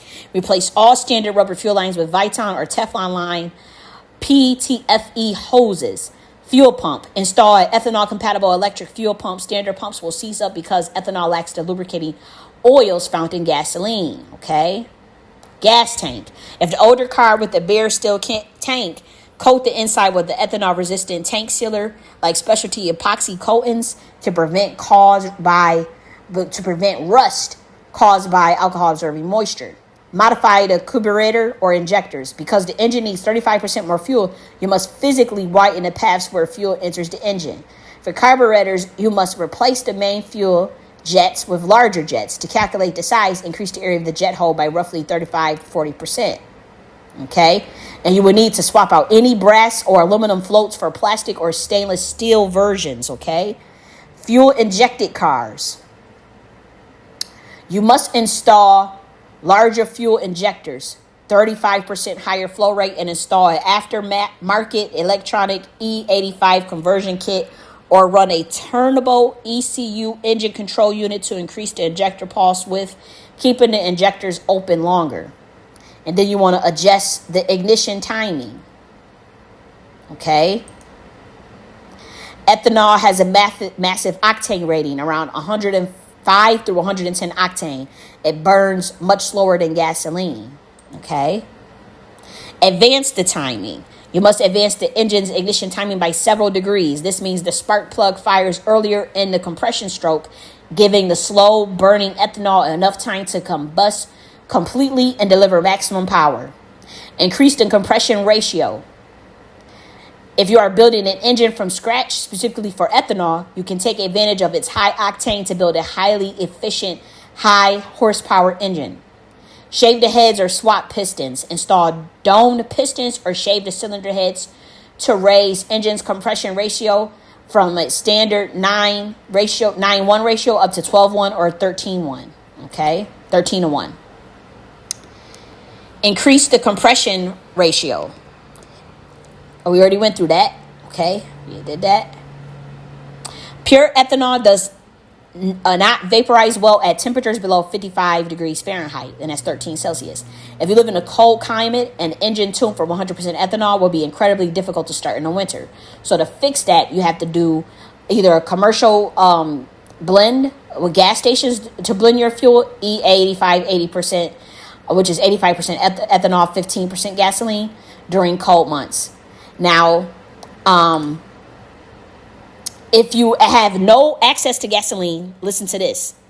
If you have no access to gasoline, you can use petroleum diesel, biodiesel, or pure plant oils as the blending agent to make the homemade ethanol ignitable in cold weather. Okay?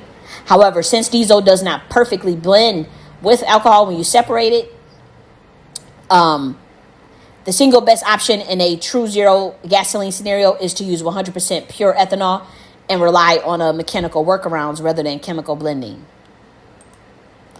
But the best the best blend thing to do if you don't have the gasoline, you can use kerosene or Jet A. Kerosene acts very similar to diesel, and it can be blended with high proof ethanol, okay, as a starting agent, but it faces the same separation issues that requires alcohol-based coal solvent to stay mixed.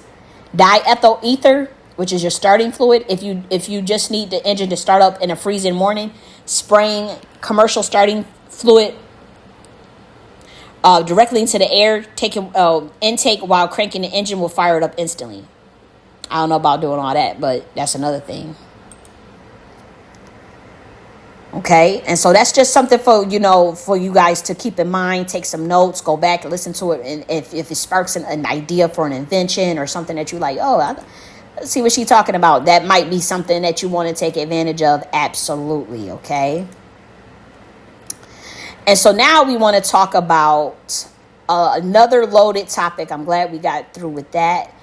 It's going to be the last one, and we're going to talk about like the concept of like how the spiritual realm is found in the Bible. And so like we know that the churches may not be talking about it, but we know absolutely that it is found in the Bible. And unfortunately, these pimping pastors, pimping pasta, pimping pasta, pimping pasta, pimping pasta, pimping pasta, pimping pasta. That need to be a song. Pimping pasta, pimping pasta, pimping pasta, pimping pasta. And so, no, I was playing. They don't need, if we're doing satire, of course, that'd be like satire, right, or parody. But they've been selling prosperity gospel. Now, prosperity gospel is not biblical, but ironically, the spiritual realm, when we talk about these different dimensions, when we talk about parallel universes, when we talk about all these things are biblical. Genetic splicing, genetic experimentation is certainly in the Bible. Cloning technology, quantum entanglement, quantum magnetometry, the different levels of heaven, different levels of hell. All these things are in the Bible, guys. Yeah. Angiology in the Bible. I mean, if you guys remove 100 books out of it, that's your fault. Even the stuff about the Queen Mothership, the Divine Feminine. It's in the Bible. Physics, in the Bible. And so just because you decided to listen to pimpin' pasta, or you decided to not read the Bible at all, or get a good study on it, or even larger, the institution decides to remove 100 books out of the Bible and remove 1,600 words in your modern version that you do have, even from the Greek version, then I think you would. I think people would struggle with certain concepts. I think people would, it would be obvious, and people are searching for answers. So it could become, it's like, you can't, attack the people that just want answers and the people that seek knowledge. So that I'm certainly not attacking. But my thing is they should have been, people should be up on game a lot more. Like I said, I'm able to short circuit your logic. Like, everybody get on the internet, they dog marine spirits. They got all these conspiracy videos about the marine spirit, the demon, right? You guys want to let's open up the Bible, okay? To Revelations 9:13. I'm about to prove to you how marine spirits or at least some of them, work on the behalf of God as angels. Okay? And we're going to open up the scripture. Now, listen to this. The sixth angel sounded his trumpet, and I heard a voice coming from the four horns of a golden altar that is before God. That's God with a capital G. It is said to the sixth angel who had the trumpet, release the four angels who are bound at the great river Euphrates. The great river Euphrates is in Asia. And that river is Iraq, Syria, and it's another one. But believe it or not, Euphrates was connected to Tigris and Ganges and Indus.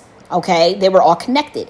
If you look up any map, you could notice that you'll never be able to find a map of all of Asia that includes parts of Middle East and Asia. You'll never see how Egypt and Kush and how it connects, how the river. Study the water patterns. I have collected the maps. I've panicked for a whole hour this week, freaking out, why are your maps made this way? Unless you probably get a globe. I'm talking about online. You probably get an older version, or you have to get a globe to see what I'm talking about. And I'm at one point, those rivers were connected. You see the Euphrates drying up, and it'll be dried up by 2040, supposedly. And so if that is the case, then you should know that rivers dry up, things change. So when I am telling you that I know for a fact that the Euphrates, the Tigris, the Indus, the Ganges, Naga, hear me out, they were all connected, all of these rivers over there. Nile as well. And so what I'm saying is it changes. Okay, and that's just that area. So look up any map and notice that it's always cut off. There's always a demarcation. But look how close they are to each other. But you always see this demarcation. What I'm saying, at one point, there was rivers that were connect. That I know. I don't need anything. But let's just go back, because it says Great River Euphrates. Let's not get off track. Okay? Now,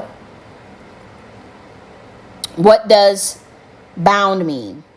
Bound means your boundary, your domain, okay, and the principality where you reside.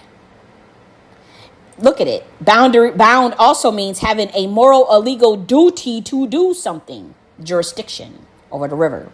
That's a marine spirit. What is it? Angel, a spirit. And let's look at it again. Either this is the logic. You can't short circuit what I'm saying. It says what it says. It said the sixth angel to the trumpet. Mind you, the altar is before God. Released the four angels who are bound at the great river Euphrates. And the four angels who had been kept ready for this very hour, day, and month, and year were released to kill a third of mankind. The number of the mounted troops were 2 million. I heard their number. Mounted troops. Okay, so let's go back to that. I don't think for you people that would the marine spirit, it was a demon. You sure you're the tribe of Judah? You sure you're a Hebrew? You're sure you're a Christian? What are you reading? When you go, that's a demon. That's a demon. I heard you people say, since somebody is scaring them, they're trying to say, okay, we're trying to determine who's a demon, who's a fallen angel, right? As if they would fucking know. I heard someone say, since they saying stuff that scares us, that means that they have to be a demon. Did you ever read Revelations? How the fuck can you not see all the scary things talked about? But you say because someone is not making you feel good and giving you prosperity gospel, which is actually demonic, which prosperity gospel is not biblical, and say that person that's telling you something that is the truth, that's out the Bible, that's the demon. But y'all follow, but since you're a follower, you have to have nothing to stand on. Okay. So because someone is scaring you, that means that they have to be a demon, because what you want them to hear them say fluffy things all the time. Not a military priesthood angel, not a military angel, not a water angel. Now let's read it again. Released the four angels that were bound at the great river Euphrates, and the four angels were kept ready for this very hour. And remember, bound means moral legal obligation, and they was before the this came before the altar before God to tell them that. And it was the sixth angel coming from the four horns of the golden altar that is before God. And it said to the angel who had the trumpet, release the four angels bound at the great river Euphrates. River spirits were released to kill a third of mankind. Now, it didn't say human, it said mankind, kind of like a man. Who's kind of like a man? Kind of like a man. Okay.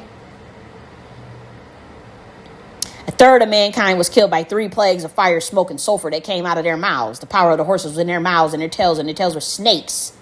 Nagas beings. Let's go. So now we at marine spirits. And now we're at Nagas beings. Serpent. Go look up Nagas in India and look at all them. Now, mind you, look how close this is. We say river Euphrates is in Asia, right? That's Iraq, Middle East, Iraq, Syria. But I'm telling you, it connected to Ganges at one point. Now, Ganges is where you get India. That's the Nagas being serpent. Now, let's look at this. And a third of mankind was killed by the 3 plagues, fire, and it come out of their mouths. The power of the horses was in their mouths and in their tails, for their tails were like snakes, having heads, with which they inflict injury. And the rest of mankind who were not killed by these plagues did not repent of their works of their hands, did not stop worshiping demons and idols of gold, silver, bronze, stone, and wood idols, and cannot see, hear, or walk, nor did they repent of their murders, their magic arts, their sexual morality, or thefts. So that's how you know that those marine spirits are not demonic, because it makes a distinction in the same chapter in Revelations 9 when you go down to 20, and it says quite emphatically, and you cannot short circuit my logic, any pastor can challenge me on this, the rest of mankind were not killed by these plagues, still did not repent the work of their hands. They did not stop worshiping demons. Boom. Now let's go scroll back up. That's Revelations 9:20. Now let's go scroll back up. Revelations 9:14. It said to the 6th angel who had the trumpet, release the 4 angels who were bound at the great river Euphrates. A river that was, when they say great, we talking about Tigris, Indus, Ganges, all connected. 2 million was the number I heard. Marine spirits that can get out of the water and now fly.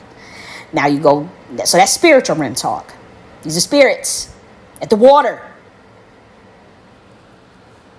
And then then also read Genesis. The first chapters in Genesis is about the waters and the firmaments and primordial darkness.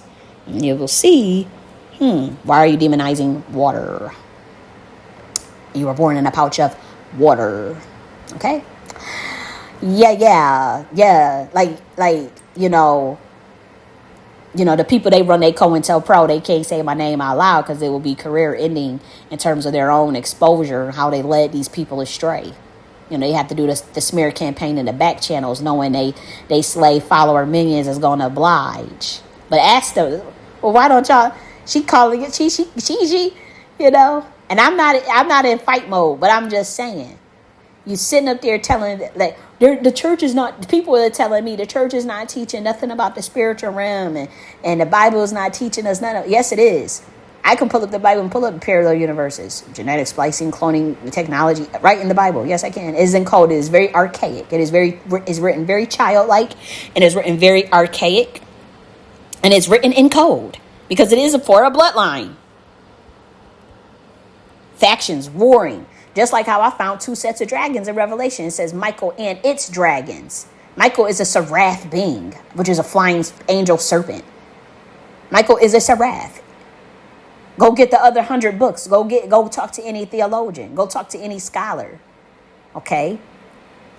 And it makes a distinction that Michael was fighting the one group of dragons, and it said Michael and its dragons. Matter of fact, let's pull it up. That's 2 sets of dragons fighting, y'all. So when people is not reading stuff properly, y'all worried about pimping pasta, and shaking your ass and googly eyes all in these niggas' faces. You ain't learning shit.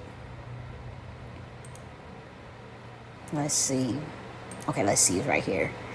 Now, roles. Let me get...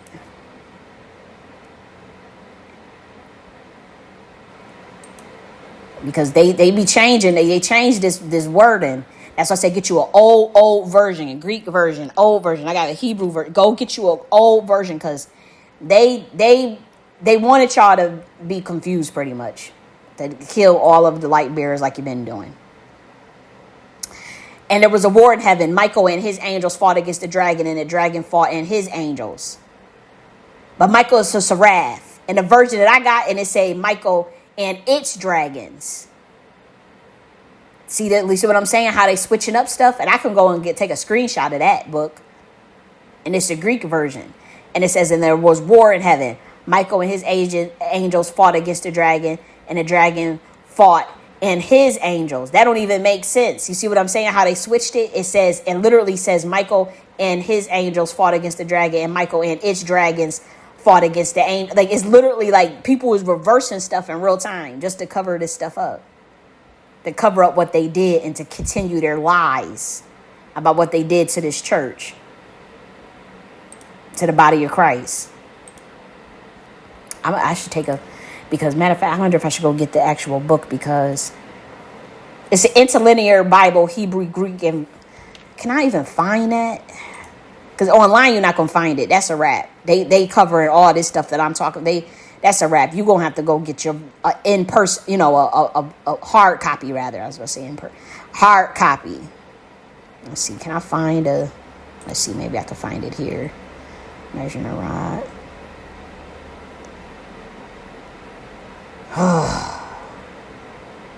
Okay, wait a minute.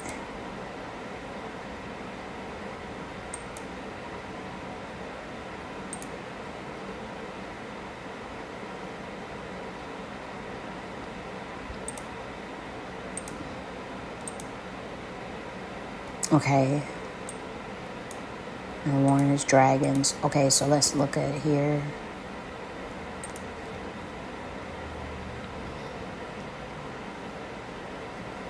Okay, so in Malachim, Michael and Malachim of him fought against the dragon, Akash, and the dragon, Akash, and his Malachim fought back. See, the dragon and his angels fought back. This is still not written in a way it's supposed to. Damani.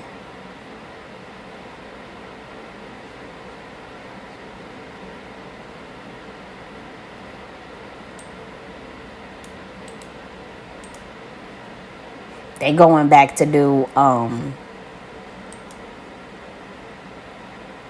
lot of like removal of words and stuff on this online stuff with the Bible and stuff. So you have to just be careful. If you can get you an old version, whatever versions, that's your best bet. But nonetheless, let's keep going, because let's go to Revelations 20 again. Well, 19 rather, because that's important. That's Nagas beings. The power of the horses were in their mouths, in their tails, for their tails were like snakes, having heads with which they inflict injury. The rest of mankind were not killed by these plagues, did not repent of their works of their hands. They did not stop worshiping demons. Okay, so now we know that Nagas beings, or these beings with these snake tails, are not demons, because they was the ones working on the behalf on the altar of God. Okay. Now, as far as verses on cloning technology and quantum entanglement and quantum magnetometry, I'm not teaching that online at all. Different levels of heaven, that should be easy for you guys to find. Parallel universes, that should be easy for you guys to find. And even that genetic splicing stuff should be easy for, well, I don't know. But the pastor should have been teaching this to their bloodline. For those that are actually the tribe of Judah, they should have been learning this stuff the whole time. So y'all are coming to me saying that y'all haven't learned anything, that the spiritual realm is not being covered. That's absolutely crazy to me. Like even if you read Abraham and Abimelech, and you see the difference between Lord of hosts. This is too long to be. I didn't mean it. I don't want to be sitting up here for hours. Oh, let's go to Genesis. Let's do it.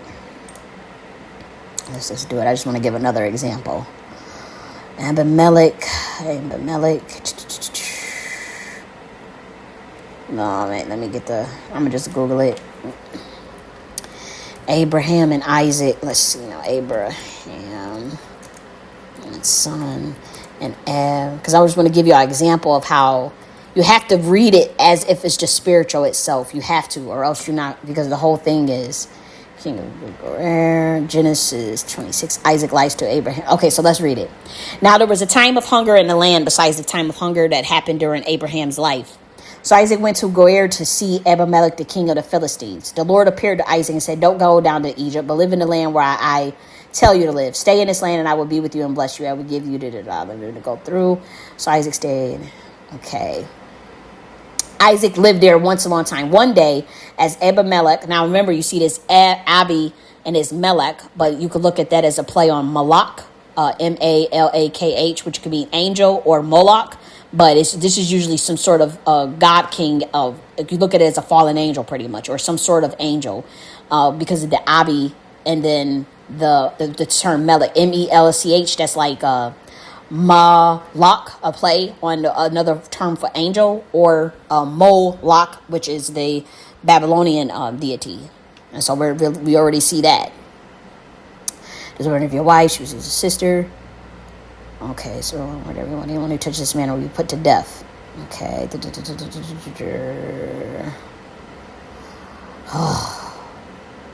I said, how long is this? Okay, I was about to say, I don't have to read all this. Okay, so Abimelech said, leave our country because you will be more powerful than we are. The Lord from. Then the servants, okay, let me see, filled and given its fathers, this water is ours. Okay. Now the Lord has made room for us and we'll be successful in their land. From there, Isaac went to Beersheba. The Lord appeared to him that night and said, I am the God of your father Abraham. Don't be afraid because I am with you. And bless you. Trying to get where it says God the Father. Before he brought us.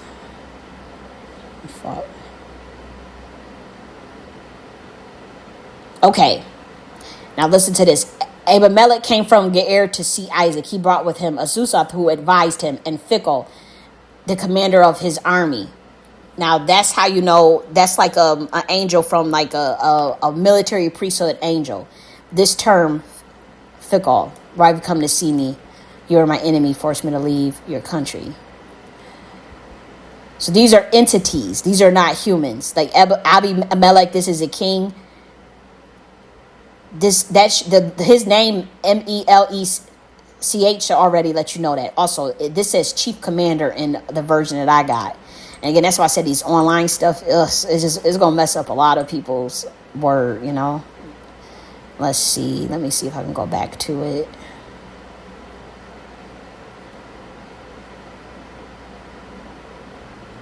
Okay, see, here we go. It says chief commander of his army. In the King James Version, it says chief captain of the army.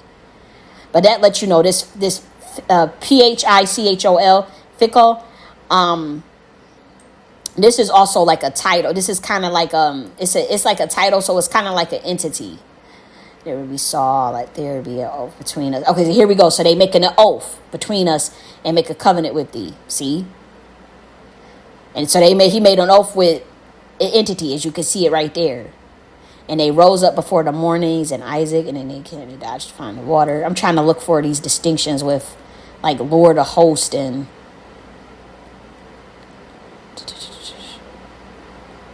come on. Flock of goats.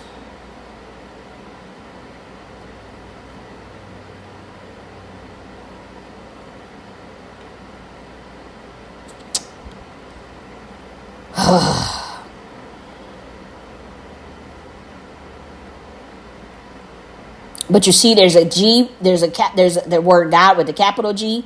There's a Lord of hosts, which is Lord of angels. And then there's the Lord. And so you see like these different interactions just in Genesis with interacting with different levels. You have to understand the Sephirot pretty much to understand the Bible correctly. And it is not an egregore. The God of the Bible is not an egregore. So people are saying just a bunch of stupid shit, and just instead of asking questions to a scholar or to a pastor, and that's quite ridiculous to be honest. It is the most ridiculous thing I've ever saw in my life, to be quite frank. Not everybody is a scholar of the Bible. Not everybody is a scholar in religious studies. And you can say, well, I have a master's degree in religious studies. Yes, I do. And I've been a reverend for 4 years, but I'm not a Christian reverend. I'm a reverend in universality, spiritual systems. Okay. And if you ask, like, do I know, like, can I see these things? Yes. Can I catch short circuits in logic? Yes. Do I understand the quantum entanglement equations of the Bible? Some of them, not all of them. Still learning it. It is a sophisticated science, even though it's written like a kid. And what we're saying is they're going around tampering with stuff because we found out that they hid 100 books of the Bible. And the disciples did not follow Jesus' request properly, as far as the teachings of the book teachings in the book of Thomas and Mary the Magdalene and his teachings on divine feminine. So now they want to hurry up and go and run for cover.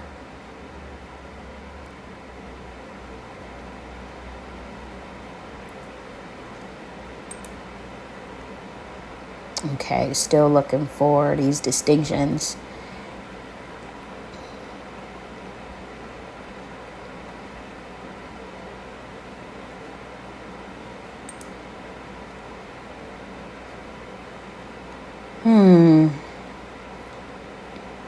Okay, so we got to keep it moving. So it's definitely, again, pay attention to the God with the little g, the God with the big G, Lord of hosts, Lord of angels. Pay attention to certain titles that are actually titles of certain, that denote your spiritual rank, that denote the angel kingdom they come from. Like Archangel Michael is also a seraph. You can hold two titles in angelology.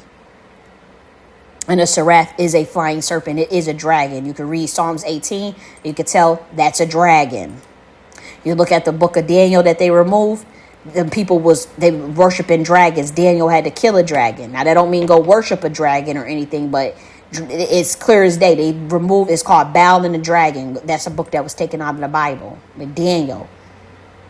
Okay, so you can go and read that too. But to say that the spiritual teachings is not being taught, oh yes it is. We done looked at. We don't found Nagas beings in the Bible, netters in the Bible. We don't found marine spirits in the Bible. We don't found demons in the Bible, and we don't found seraphs in the Bible, and we don't found Melach, the Melachim in the Bible, and we don't found Babylonian priesthood in the Bible. First, which is Babylonian spirits, fallen angels, you call them fallen angels, but they're Babylonian. And there's two sets in the Nephilim. The Nephilims that y'all talking about, that y'all listen to these pastors lie and make up shit about, they're dead. They are dead. There are other beings. If you could find in there, if I could go in there and find in Revelations, it's clear as day, marine spirits and Nagas beings and scorpion insect type beings. And even in my version that I got, it say the soul of the creatures of the sea. The version that I got, a hard copy of interlinear Greek Hebrew, so that means creatures of the sea some of them got souls. They removed that off the offline version, on the online version of the Bible too. Okay, and so it is being talked about. Chief commanders, actually, military priesthood of God's army is all in the Bible too. I even found the GIA in there. But see, we use Galactic Intelligence Authority today. See, back then they weren't saying that, they was using different terms, different codes. It just sound very archaic to me. The way they explain cloning technology, it sounds very archaic. It does sound like an agrarian culture. Hebrews are agrarian. Okay? Yeah, they know what sophisticated science is and all these things, just like how Kemet did, but they didn't follow the way of Kemet. Some of them did, and look where it ended them. Some of them did. Okay? Don't get me wrong, some of them did, but not all of them did. Same mystery school, different conclusions on how to get enlightenment quicker or how to understand the universe different, quicker, or better, different, however you want to look at it. Okay? So you might want to also read the Ethiopian version, which got 88 books, but again, there's still more missing even from that version. Now you got the seraphs themselves, including again Raphael, Michael, and it says the seraph, Raphael, and all them in there. In the book of Tobit, I believe Michael is referred to as a seraph. So you need to read that. So why would they take it out? Okay. But again, you want to sit up under Pip and Pasta. It's in there. All the stuff about the spiritual realm is in the Bible. Just because you want to sit up under a man and learn from some man about the spiritual realm? Really? As a woman? Okay, the same men that this, look at the state of the church and who is ran by. We told you who wrote the book of Psalms in 2023. We told you who wrote the book of Psalms. I've also found verses about oracles in the Bible as well, spiritual realm. And I want to go there with me. I wrote it all down. Yeah, oracles. Yeah, those are women. An oracle is always a woman. Okay. And so you want to sit and learn from the men about a mystery school science that was created by a woman, that we told you multiple times that a male order stole. Then this is what you get. You're going to go to a corrupt pastor to learn something about some spiritual, and they writing a book of it. They can't point to the Bible. They had to go and get the Apocrypha, which is fine too. But you don't know shit if you don't have all 100 books, and then that's like one volume. Like 10,000 pages is like. So my thing is, good, bad, right, or wrong, for the reasons that they did it. The point still stands is that all of the things that you need to learn about the spiritual realm is in there, and it can be cross-referenced, and it can be syncretized with other texts. Mahabharata, is that the Mahabharata, Devi Mahatmya, and Upanishads? These concepts of dragons, of different priesthoods and bloodlines, Nagas beings, netters, you can find it in different, you'll be able to see these same creatures, these different, seraphs are serpentine, and the marine spirits. You'll be able to see these different creatures, amphibian-like creatures, and different, obviously in Babylonian, Sumerian text, Akkadian. Okay, so that should be obvious to anyone. And just like how y'all accuse me of being a demon, I mean, didn't y'all accuse Yeshua of being Beelzebub? Sounds familiar. So just because somebody they tell you, they don't give you something nice, they say now you want to say they're a demon because they didn't say something nice to you. Now let's keep going. Let's read. Let's go to Revelations 8. Read this book. Y'all, you're supposed to read a whole book before you claim to be something. And this is just for if you say in Christian, because Hebrew science, it transcends this book. It does. It's a very primal science. That's why you could see it's somebody that could be a Hindu but still be of a Hebrew bloodline. Yes, you can. Like even like with Kamala Harris, you could say, okay, like, well, she's a Hindu, but how is she a Jew? How is she Hebrew? Because it's a bloodline. It transcends. It's going to be deeper than that. You see, it transcends any book on this planet. Any book. That bloodline goes to Dragon Riders, goes deeper than Dragon Riders. Okay? So, when you say you're a Christian, though, you would have to read the entire book before you get into a contract and say you believe someone else's equations and IPUs for your personal life as your personal Lord and Savior. Anyone would tell you that. Any real seraph being would say that too. Even the fallen angels and a regular angel would tell your ass that. Would tell you, like, why do you read the whole book? Or why do you ask someone that knew more than you? Why did you ask a male? And then the custodians of especially the author of the Psalms, would certainly be like, you went, what?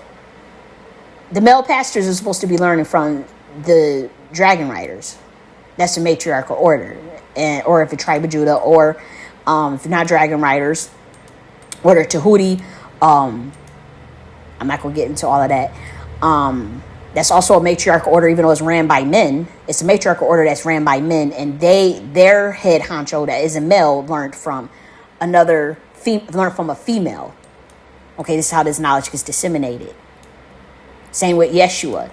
See, Yeshua was pulling Mary to the side. That's why Peter got jealous. You can read the book of Thomas and find this out.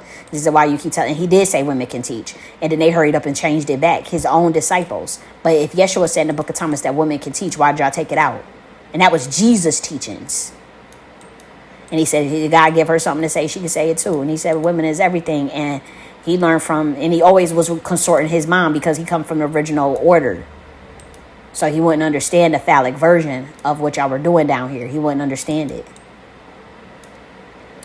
And that's the same thing with the other. That's the same thing with the other thing, like with dragon riders' knowledge. Even though there's males and females in the dragon order, in the dragon riders, there's males and females. They're like more advanced angels,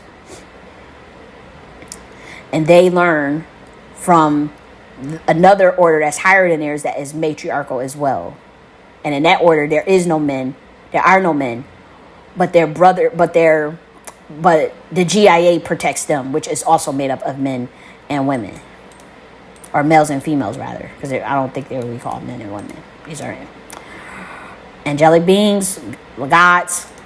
Also, for those who say, well, God, you have to look at the other mentions of gods in the Bible. Now, the lesser gods, where it says, like, read Psalms, I think it's Psalms 82, God judges amongst the gods. God judges amongst the gods. And see, there's a capital G, which means the Most High judges amongst the gods. That means there's other gods. That's also spiritual realm. That means there's other gods.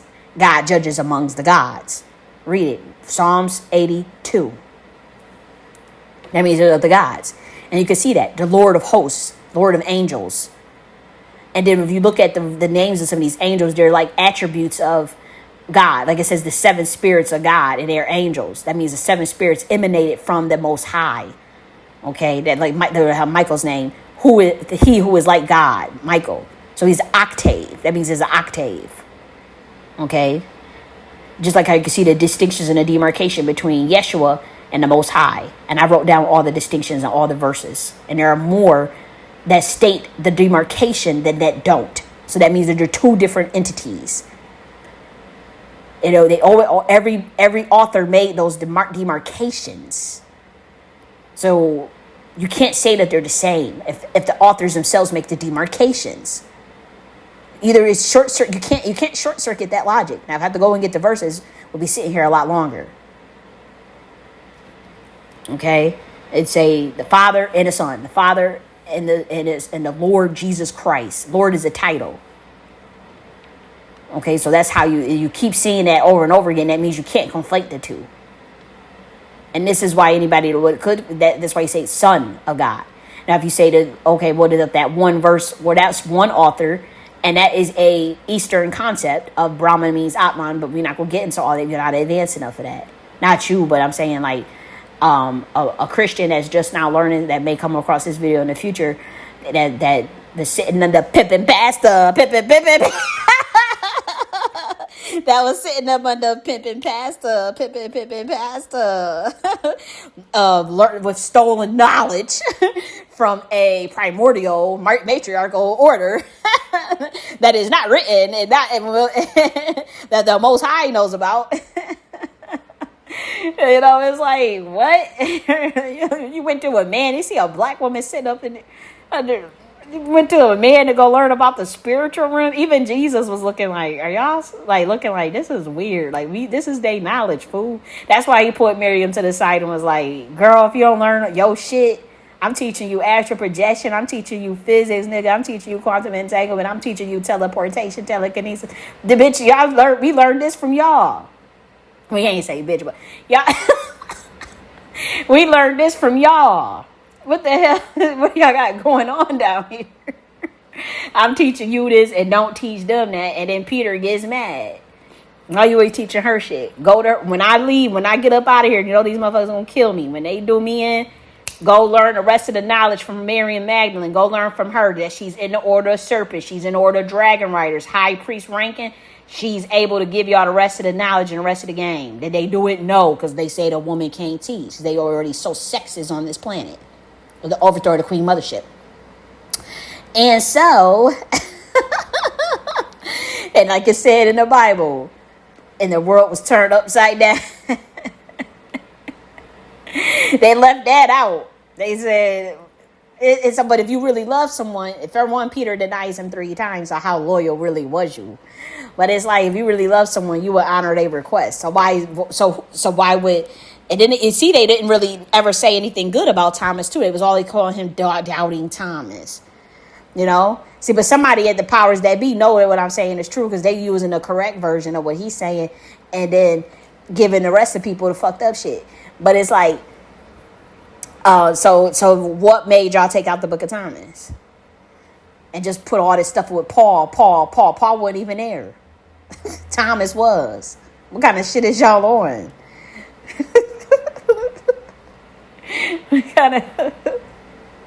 I'm just saying, don't get mad at the church. Don't get mad at Yeshua. Get mad. Who put this together? The Catholic Church? Get mad at them. Who put it together? You get mad at the state, okay? And here's another thing. We talk about the spiritual realm. And the name of the stars, look at this. This is Revelations 8. And the name of the star is called Wormwood. And the third parts of the water became wormwood. And many men died of the waters because they were made bitter. That's cold for your ass. Because men are parasites. And what do wormwood kill? Parasites. And the third of the waters became woodward. And many men died of the waters because they were made bitter. Ain't the men of spirit bitter? Yeah. And the third angel sounded, and there fell a great star from heaven, burning as it was a lamp in the third part of the rivers and upon the fountains of the waters. I want to look at that. How many of these men's is bitter, but they always try to put that on the women's. It say men. And I'm telling you, if an Old Testament, if it say that, or James King, even King James Version, I have to say, that's how I know who the God of the Bible is. That's how I know, because King James epigenetics, he put his code in there. But it's like, that's how I know King James is a nigga from the Serer area, from the Niger area, Niger area, which is where the Nagas beings of those rivers were also, and traveled into Kemet, like I said, then traveled into Greece, like I said, and then traveled into Rome, as I said, then Great Britain, as I said, and then America, as I said. And that is a bloodline order, a highly, highly sophisticated angelic order who is from the tribe of Judah, who was also come over here to mingle with Indian. Okay?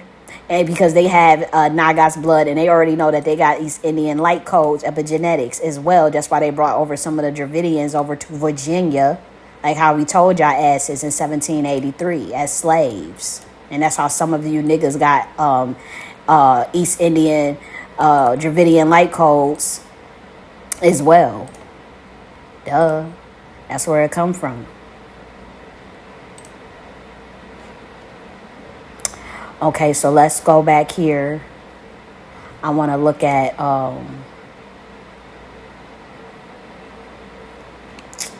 where is that one with this angel of the sun? Angel of the sun.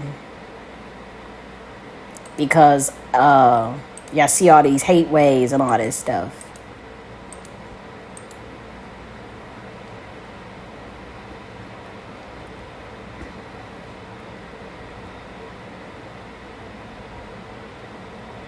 Okay, so Revelation 16:8, and the fourth angel poured out his vial upon the sun, and the power was given unto him to scorch men with fire, and the men were scorched with great heat, and they blasphemed the name of God, which hath power over these plagues, and they did not repent.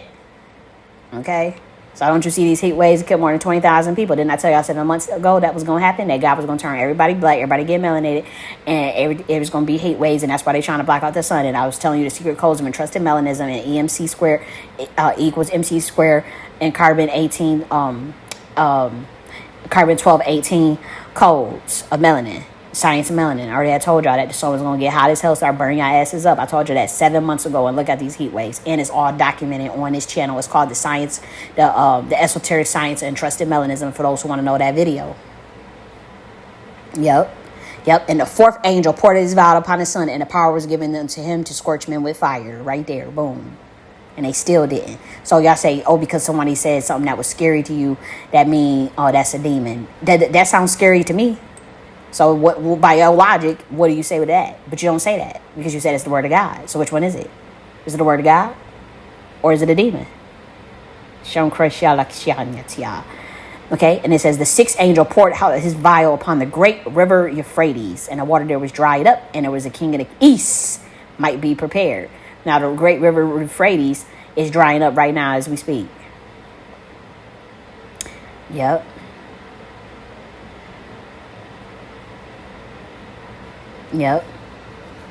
And so you want to sit up there and go to these men to learn these things. And this is why y'all having problems as women, sitting up there knowing that you have that you may come from these priestesshoods, or you don't know your epigenetics or not, or maybe you do, but you want to sit under the pimping pastor and then become clueless about the spiritual realm. After we have said, I have sat for 6 years, 6 fucking years, screaming from the top of my lungs to these women's about this queen mothership and what's going on. And my thing is, right now I'm just reading the Bible, but like I said, I have a master's degree in religious studies from a non-sectarian university. So it's accredited. It's Georgia State University. And it's non-sectarian, meaning that we learned about all the spiritual systems on this planet. I know about all the spiritual systems on this planet. Every single last one. The ATRs, which is African traditional religions, which is Naomi, Ifa. Okay? I don't practice them. I say I know about them from a scholarly level. I don't mean I practice them, no. I don't practice all these things. Okay? I practice the Nakhti philosophy. And I do believe in Yeshua. Yeah, I do. But I'll tell you this. I know the secret science of what he's teaching, and I know that y'all have not decoded that. Y'all haven't even got the proper context of the equation right, but also the salvation got 2 different definitions. And the traditional Hebrew version, that is the correct. That's why when you look at Revelations, let's go here. When you look at it, the original version of salvation definitely meant avenge of a death, of a wrongful death and murder and dishonor in death. It does mean that, but it also means correction and atonement. Atonement and salvation is 2 different things, but you can create an equation out of these 2 things to make them make sense. And what Yeshua was doing was still on a different level, because there's a duality to these definitions of salvation. So the lawful version and the definition is still the same, reverse and inverse. But let me get to where I want to prove to you that the original version of salvation does link to avenge, but also healing and redemption as well. But I'm trying to look to the saw this and 1,000 came. Come on, I just read it. Great, horrible. Okay, to be carried.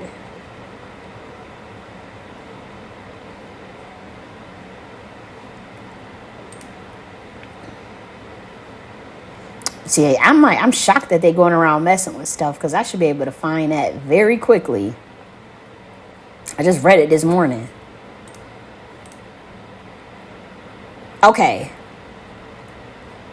After these things, I had a great voice of much people in heaven saying, hallelujah, salvation and glory and honor and power unto the glory of God. Where's that avenge part? Okay, here we go. For true and righteous are his judgments, for he hath judged the great whore who did to corrupt the earth with her fornication, and hath avenged the blood of his servants at her hand. Okay? So that's how you see salvation. And the correct version, if you was to go to a seminary or to a Hebrew school, they would teach you that salvation is related to avenge. Even if someone's murdered and they parent or their family member won't avenge their death, that's why they say they give it to God. Vengeance is God, saith the Lord. So that's also like different. That's a one definition of salvation, and the other one is healing and redemption of right and wrong. Breaking a curse. It also can mean getting rid of a curse too. And so Yeshua was dealing with a different aspect of the equation, not the avenge definition, because that's the one that the orthodoxy, we know who, is using to try to discredit Jesus, to make it seem like he didn't know what he was talking about, or he wasn't a Hebrew. He did know what he was talking about. And how you know that this is New Testament revelations. This is the New Testament. And so that's how you know he does know what he's talking about. Or the people who wrote this, that they are actual Hebrews, because they say salvation. After these things, I heard a great voice of much people in heaven saying, hallelujah, salvation and glory and honor and power unto the Lord our God. For true and righteous are his judgments. For he hath judged the great whore who did corrupt his fornication, and hath avenged. When you see salvation, you usually always, it's like Goel, which means the avenger. That was an avenger spirit, guys. Goel. So you do see that's the avenger. Anytime, usually, these are Hebrews. These are real Hebrews. So That if you're going to see the word salvation somewhere, you're going to see avenger, or you'll see redemption or healing. Sometimes you'll see atonement, because the tribe of Judah, they mix, they think in equations more so than just law. They're not going, if they could find something in the equation or a legal loophole, they're going to take the legal loophole. That's what Yeshua was doing. They're going to find a legal loophole. This is what contract, when we talk about contract law, this when you go to a church or you have covenant, these people understand contracts on some level, on just a simple level, even if it's not highly sophisticated. And then you got Babylonian, Hammurabi code. You notice that rabbi is in that word, Hammurabi code, or rabbi, but also Arab is in there too. Okay, so that's how you know there's this Semitic people. Now, Hammurabi code is Babylonian, okay? But they know some of these sciences, because these were demagogues or god kings, and these are not all of them are fallen angels. Not all of them are Nephilim, okay? As we just saw, we can go if you look at Moses' bloodline, that's an angelic bloodline. That is just, there's no other way to get around that. Abraham, these are angelic bloodlines. Noah, they call them mariner bloodline. If you study it, if you have to study it on such a high advanced level, and you will be able to confirm what I'm saying. Now, they have mixed a lot of this stuff up, and they conveniently left out the AM2 haplogroup royal bloodline of Ramesses and anything that come out of Kemet, because it got ties to the Niger area, which is where I told you the 14th bloodline come from. Those are Nagas beings. That's an angelic mariner bloodline, angelic bloodline. What you see in Negroes today, and a lot of Negroes today, 1 in 3 Negroes today. And they did infiltrate the Kemet Empire and take over that. Okay? AM2 haplogroup, Ramesses dynasty, Queen Thuya. You see that. But they covered that up conveniently and can't connect how the house of Ramnes and Rome and Ramesses and Ram, and the connection between that and Hebrews. You don't think that they infiltrated Rome, the house of Ramnes and the Roman imperial government? You out of your freaking mind if you can't see those connections. And then you see Amaru or Amuruka. You just only see Amorite, but you can't see Amaru relating to Mur or Moor. You can't see that connection. You see how they cover that all up in the books that they write, them scholarly books. I can short circuit your logic too much. You hiding stuff. You can't be trusted. You hiding stuff. Okay? So when you see the words salvation, you're going to see avenge. And again, these are different bloodlines fighting. This is not just men against women. This is orders against orders.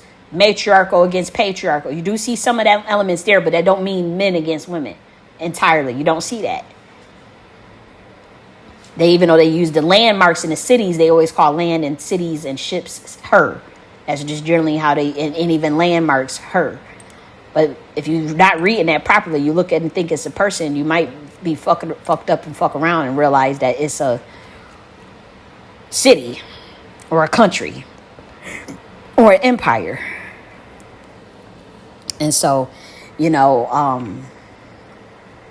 go and messing with a sacred fetish, or messing with something you don't understand, or because somebody hid some information from you and didn't tell you something correctly, and you wanted to sit and learn something that was created by a matriarchal priesthood, and learn it from a man, and be fucked up in the game, fucked up in the head, and listen to Pippin Pastor, and then you look at your state of your community, and you're crying on television about contracts after making a deal with the devil. You're crying on television because it is a different form of slavery, and you guys want to argue with me and laugh at me and say, ha, that's why you don't have nothing, because they locked you out, knowing my body of work and knowing how that government tried to steal from me. Okay.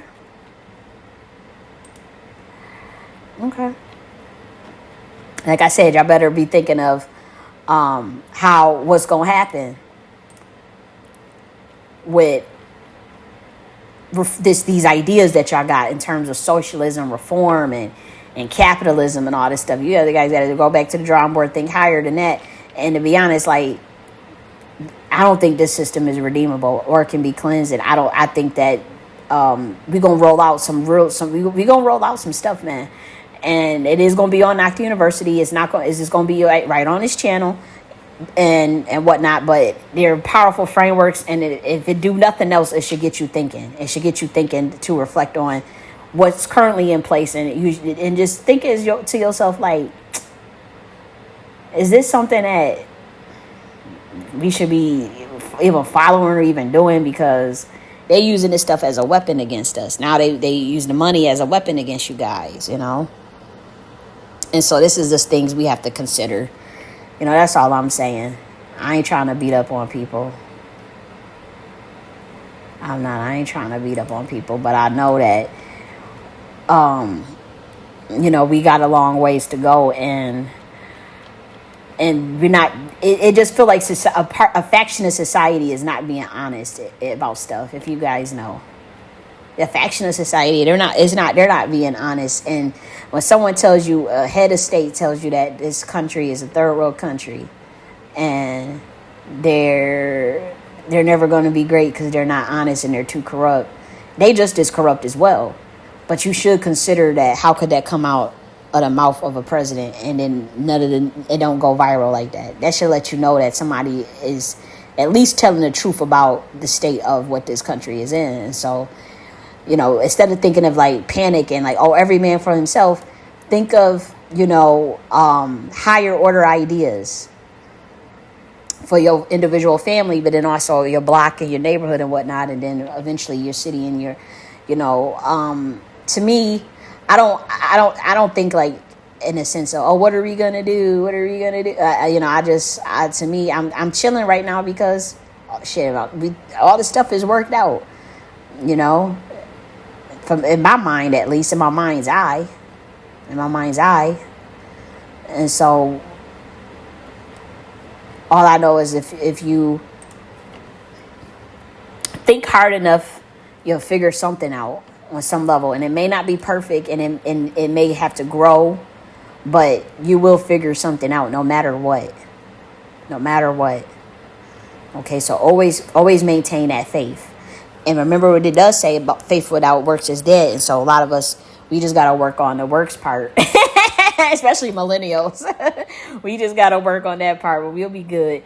And remember the definition of work, and when we say faith without works is dead, it refers more to the physics definition of work, and joules, Goules, and the work that you do on a system, so that could be mental work, physical work, emotional work, kinetic energy work, heat that's given to a system, like the laws of thermodynamics. So you have to think of work in that sense, and that means the force. Remember, in physics, work means force, the force behind an idea, the force behind the image, the not the image, but the force behind the frequency of faith. I'll say that, the force behind the frequency of faith.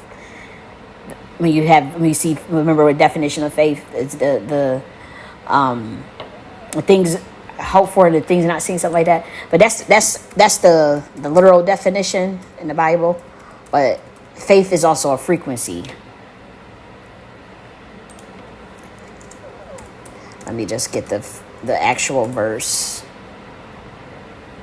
Okay. The assurance of things hoped for, and the conviction of things not seen. Okay. So that is a frequency that you have to embody, which is like a calmness. For those who know the original definition of the word patience, I'll point you in the right direction. And for those who understand the Illuminati card game, that will also point you in the right direction in terms of what we're dealing with. Game of the gods gone wrong. Game of the kings gone wrong. Monarchy, bad deals, bloodlines, Game of Thrones. That's what you'll see. Okay, that's a little advanced there, but for those that's in the know, you'll get it. At least you'll know who I am. But yeah, mimicry can never build an empire. Remember that. Remember revolution, autonomous revolutions and parallel infrastructures. Just doing your own thing as best as you can. And if you have to defend yourself, you will use QM defense. You will defend yourself. Okay. Remember, we talked about all aspects of spiritual knowledge is indeed in the Bible. For Christians saying that the pastor is not teaching y'all nothing about the spiritual realm, we went over marine spirits. We went over all types of stuff. We went over parallel, but we didn't go into that stuff. That stuff has to be taught offline.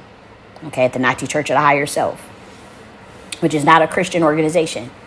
It is non-denominational, and it is more of the Tribe of Judah original science, though. And we do teach the equations of Yeshua. We do teach Yeshua's teachings. Yes, we do. But we are universalists. We are cosmic beings. So we know cosmic knowledge, okay? Primordial science and the science of melanin, okay? Okay, so I'm going to get up off of here. You guys be easy. Keep hope alive. Keep will and love. Remember, love and will, okay? And remember, let's be in a spirit of hope, a spirit of patience, a spirit of faith, and a spirit of love. Okay?